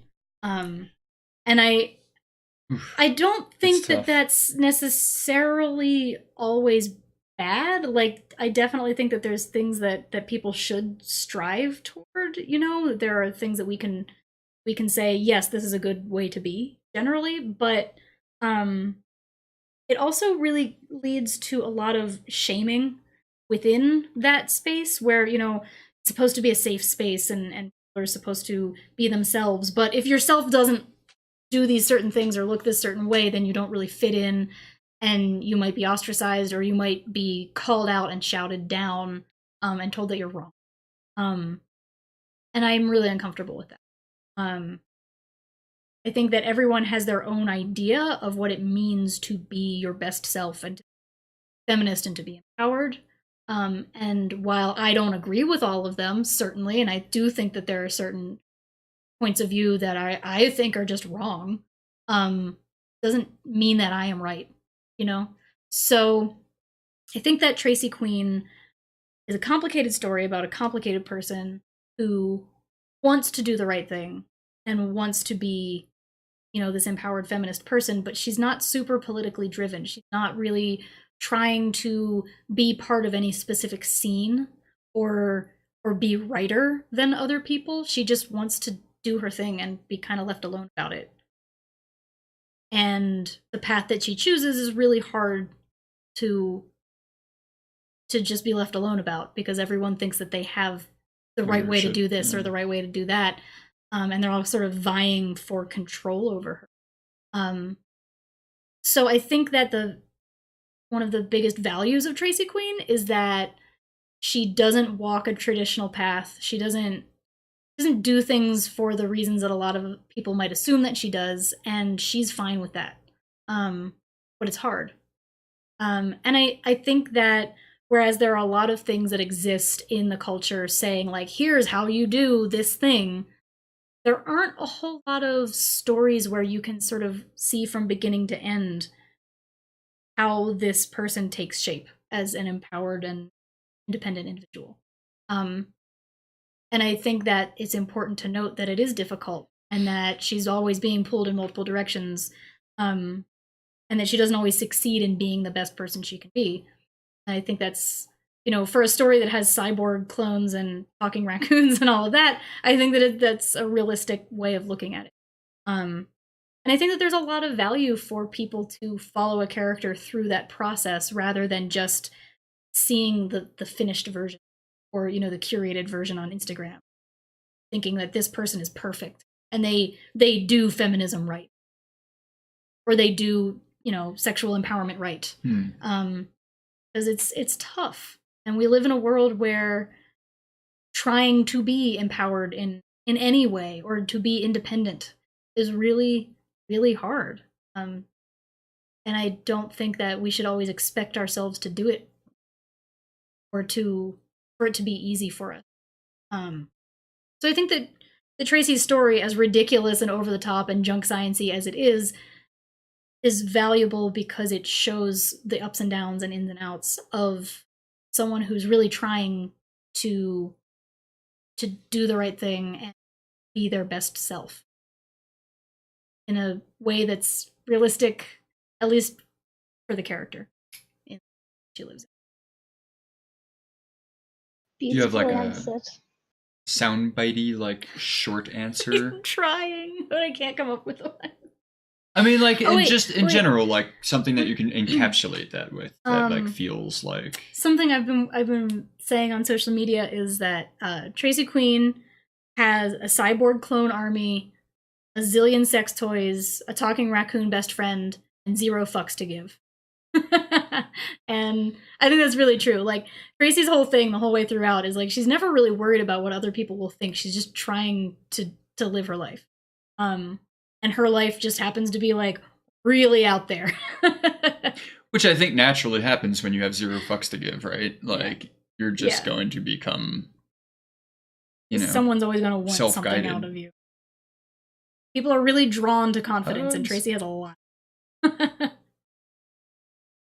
So, yeah, I think that's my elevator. Well said, it was a beautiful answer. It was very long, though, for trying to cut this up into little segments. Yeah, I don't think any of our answers are going to make it into, like, short It's okay, I was just trying not to cry while you were saying that. Aww. We can all cry together if we need to. This shit is hard.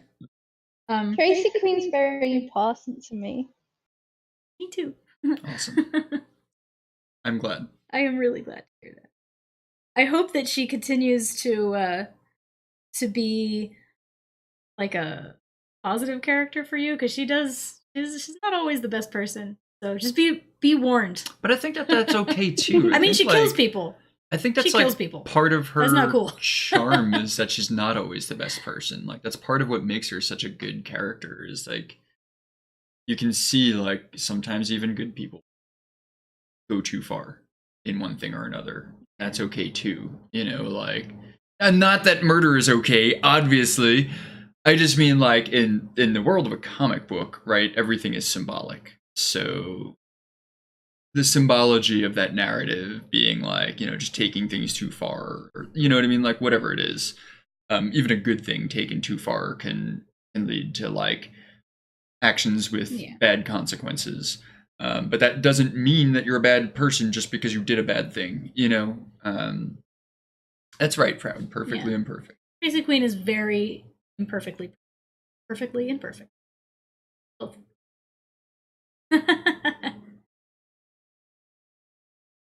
Personally, I think that by making her flawed, you've made her human. She's not the superhero that does no wrong, that's perfect, that is fighting, in all the right ways. She's just trying to find a way in the world. Yeah.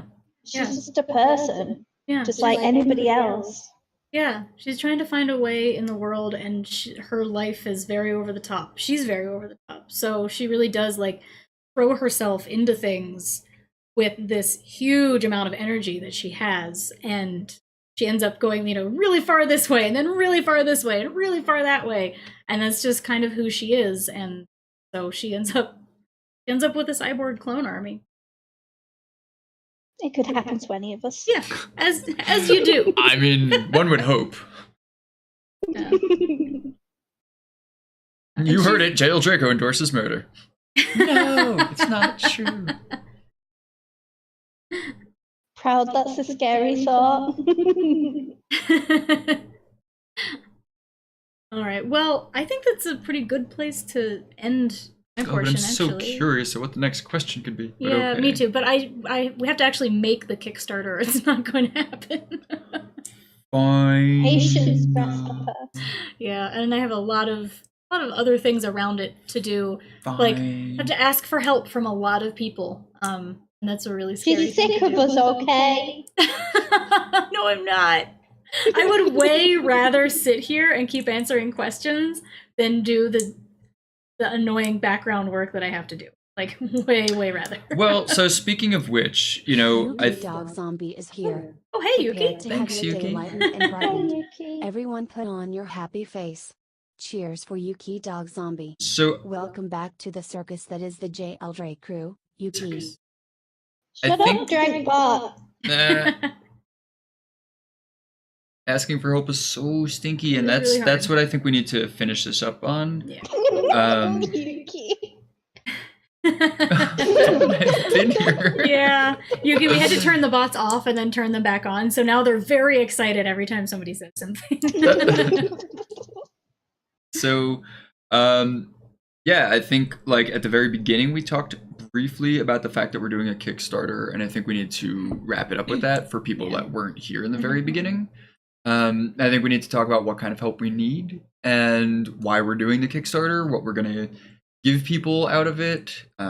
Definitely sign up to the newsletter because you will find out the minute we're doing anything for any of our projects. So please sign up for the newsletter. It would Yeah. be so great. We will never spam you. We will never give your information to anyone else. We'll never share your email or anything like that. It's just our personal newsletter directly from Lindsay and I. Well, our professional news. Well, yeah, but I mean, It's it's the like Oneshi Press it's from newsletter. us personally. It's not, you know. Yeah. So sign up to the newsletter. Yeah, the newsletter is your best way to find out like big announcements right when they happen. So for the Kickstarter, that's a big one. JC, you weren't here when we announced the Yes. Kickstarter, were you? Yeah, so we're gonna do a Kickstarter for issue 1 of Tracy Queen. It's gonna be a big one because it's a big book. It's gonna be like 60 pages. Hoping that we can raise enough to get it perfect bound, so it'll have a nice spine instead of saddle stitching. And we want to actually pay ourselves and others who have worked on it with us, including Stevie Ray Drawn, who is doing the cover. and possibly some other concept art might be in there. Yeah. Awesome. So we want to actually pay ourselves for the work that we put in this time. And that, you know, we've done a lot of work on it. So we have a pretty big goal. We want to print it. We want to pay ourselves. We want to pay other people.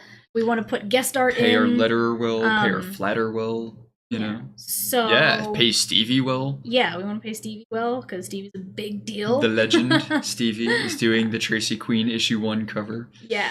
Pretty So- big frickin' deal. So basically, we are hoping to get help in the form of shares, mentions.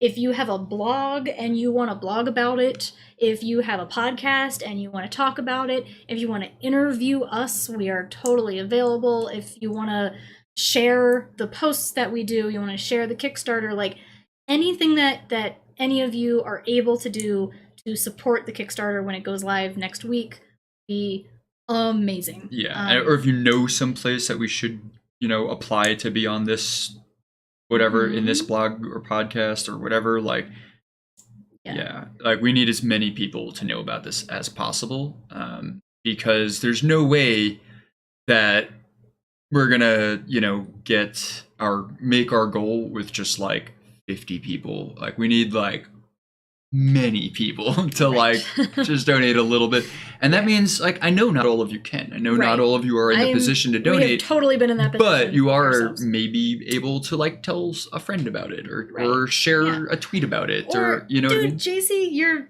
YouTube has 1,000 subs. That's freaking awesome! That is Congratulations. awesome. That's amazing. Wow. That's so super. Yeah. That's a big milestone. I'm assuming that Breadhead will be involved in the celebration. Yeah, so we're hoping to launch the Kickstarter on Monday. That depends on whether Kickstarter actually reviews our campaign in time to do that or not, but it will be sometime in the next week. Anyone who is on our mailing list will get like a notification the minute it goes live, because we're going to have like early bird specials, and we're going to be giving special mystery gifts to the first 10 people who back us on Kickstarter. We're going to be doing a whole bunch of like special add-on type stuff, and we're probably going to be building the Kickstarter as it goes. So we're probably going to start out with a relatively like, not super fancy page, and then we're going to be adding more art as time goes on. So even if you can't support it right away, if you're able to follow it, then you can still get the updates when we put them in, and we'll let you know when new art goes up and stuff like that.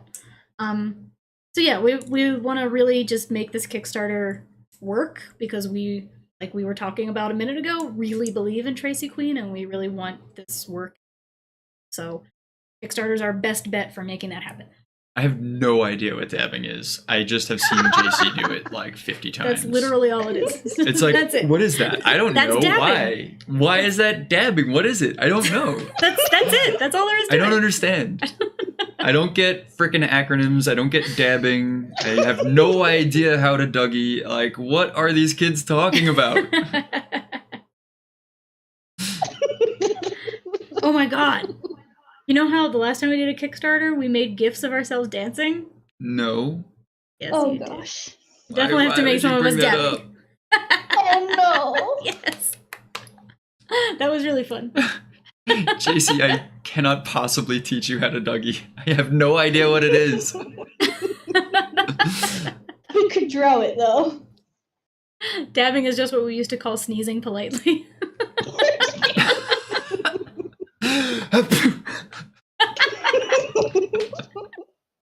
Well, it's only polite for the people on this side of you. The people on that side of you are getting hit in the head. Sprayed. That's actually the other arm is like flung back from the force of like the kickback of the sneeze, right? So it's like That's what you get when you hold it in too long. Yeah. Who said Unleshi Press couldn't have fun? Did someone say that? I'll punch them with my tiny fist. Oh. It's a little. But you're holding it up to the camera, so it actually looks normal size. Very scary. I am. I'm terrifying. I'm gigantic and terrifying. Even Eldgren knows how to Dougie. Great. What do you mean, even Eldgren? I don't know. Eldgren said, "Even I know how to Dougie." I was like, whoa. Specifically that voice. Yeah. Oh yeah. All right. Well, I think I'm gonna peace out because I'm hungry and I have to pee and I've got to get to work at 4 p.m. on a Saturday. So you're gonna peace out? Kind of gross. Ooh, I love that idea, That's a Proud. great idea, Proud. So the symbol should be backward. Oh wait, no, it's symmetrical. Yeah, it doesn't matter. That's awesome. Jayel's fist made me tingle in my panties somehow. Oh, Nice. well, okay. Awesome. I'm okay with that. I'm okay with that. Yeah, that's awesome. Right. I'm actually flattered. I feel like I should show my fist more. I was a little self-conscious about it. Now I'm not. And there is Jayel's bad joke of the stream. What did I do? What do you mean, the bad joke? I knew it. What did I say? Did I even make a joke? No one ever knows, man. I didn't think I was joking. Wait, do you guys think I make jokes? I'm like pouring my heart out to you, and you're like, Jayel made a bad joke. Like when my therapist thinks I'm joking, and I'm like, I'm not joking. Help. Uh-oh. Playing art. I love how it says that you're playing art. Yeah. He's playing it Right. Well, I think I'm gonna peace out because I'm hungry and I have to pee and I've got to get to work at 4 p.m. on a Saturday. So you're gonna peace out? Kind of gross. God, you're such a fucking nerd. Why do you guys watch me? You should all unsub, unfollow right now. Right. Well, I think. Don't. Peace. Peace out. Well, all right. With that, I guess that's what I'm gonna do. Now everybody knows. So cool. That's awesome. Thank you for the wonderful answers. Thank you so you for the wonderful much questions. for helping us out with this. I Yeah, know it's Deus, like you're really wonderful. late over there, so please get some rest. Deus is not going to sleep for like another 4 hours, right? I know Yeah, Deus. Jayel knows me. Yuki loves my jokes. Yuki's my hero. Yuki. Someone has to. Yuki is my hero. Someone We has. stay for when Batgirl shows up. Someone has to be Yuki, and Yuki is doing a great job of it. I am the knight. No, I'm not, actually. Yeah, we That's love not your a thing, horrible that's true. jokes, Jayel. Says Old Creed. JC. With the cheeseburger on their head says, yeah, what a nerd. Awesome. All right, everyone. Have a wonderful Saturday or Sunday for places where it's Sunday already. Aw. And yeah, sign up for our newsletter if you're not already, so you know when the Kickstarter goes live. And hey, we are open to help from like any type of help that you can offer. So hit us up if you've got ideas. We're totally into it. And that's it. I'm gonna go now. Bye. Now. Peace out, Lindsay. Bye. All right, so Bye. you know what I'm gonna do? What? I'm gonna get a chair that I can swivel in. No. No. Everyone hates my swivel. So now, what should we talk about? Anything? Anything? Should we just call it a day? Should we end stream here? Should I just swivel? Just watch me swivel? Yeah, that's fascinating. It's fascinating. I love how you pronounce your G's. I really do. Thank you. You're welcome. Numpty. It's true though. I like it. You swirl in your chair? Nice. That sounds difficult. Hides from Burger Mask works surprisingly well. Facebook advertising. Your swivel is hypnotic. Hides from Burger Mask. Oh, Yuki. Calling it tomorrow or yesterday is wrong, so we'll call it a day. Yes. Let's. I don't understand. Donna. Need to take some pics of Riley in her hot dog costume that I'm not in, so everyone can enjoy them without the burger mask. Yes. So, Deus, do you have any questions particularly for me? Possibly. Let me look. That, That's a long, long anything that would be list. appropriate for me to answer without Lindsay here? What's Patience's backstory? Oh wait. Zana wanted to say dicks for us to talk about, but didn't. But then did. Jayel's only caught up with chat because he's got literally nothing else to do. Wait, what?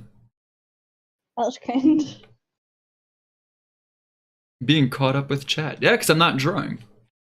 Yeah, see? This is like the first time I've been on stream not drawing since the last Q&A, which was like how long ago? A while ago. A while ago. Do you feel like you need to be doing something with your hands right now? I am. I'm fiddling with business cards. Other people's business cards. I'm shuffling them. Oh. I'm always doing something with my hands. Yeah, that's true, JC. Sorry, you can show the mask, I won't look. Oh, Yuki, we could talk about clowns. Yeah, I think if we're gonna have a mask, we'll just be like, hey, Yuki, look away, you know? Yeah. And then we'll be like, hey, Yuki, we're done, you can look now. And that's okay, right? Always caught up with chat, always behind on drawing. Accurate time frame a while ago. Eldgren is confused during his own streams, Sana. but at least is caught up with chat. Sana says, fiddling in front of the camera so I can see your fisties. My fisties. Sana, you are terrible. Sana's wonderful. The beautiful Sana and six-foot Yuki boy. are my heroes here. They're always inflating my huge head. I'm the villain. The eggplantress. Yes. I need a villain name. Eggplantor? No. How You about have to name me. Dick Fruit the Wicked?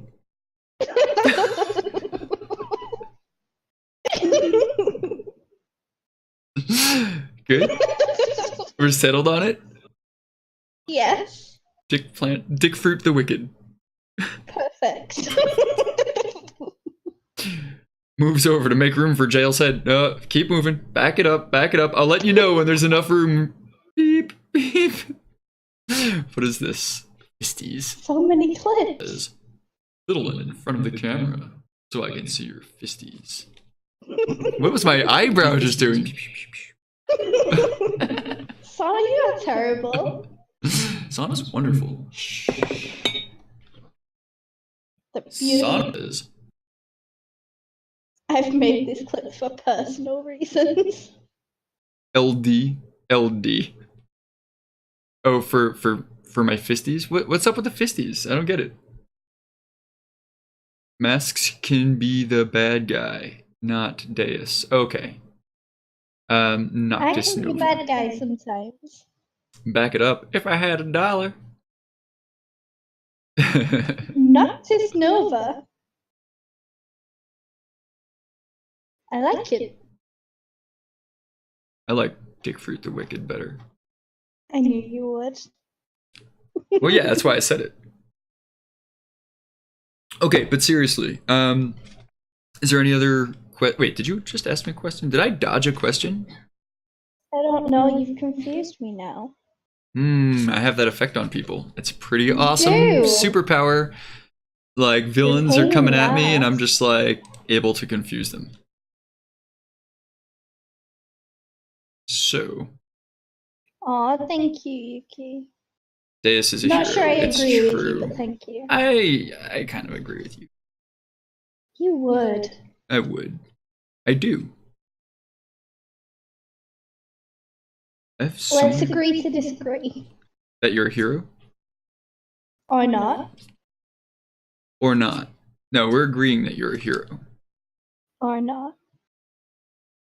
R2. Don't argue with me.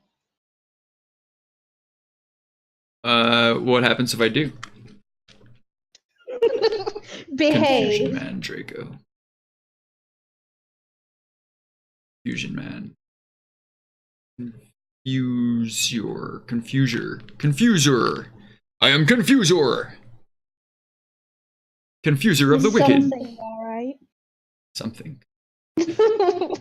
I can decide it over a poll. Okay. Oh yeah, that's a good idea. Everyone who thinks Deus is a hero say aye. Aye. Superpower confuses everyone in his vicinity, including himself. Spyro says aye. Yuki says aye. Lindsay said aye from the other room. Well, should I raid someone? Are we all out of questions? Yeah, let's raid someone. Let's call it a night. Okay. I'm gonna check to see who out of my lovelies is streaming. I'm gonna find someone that is doing something cool. I know, the one with Bear, who I just met in Vancouver. Who I've been following for a long time, but never met before. Fucking ads. Dude, Twitch is going off the rails with ads. What is going on here? Raid call. Okay, so we're gonna /raid the one with Bear.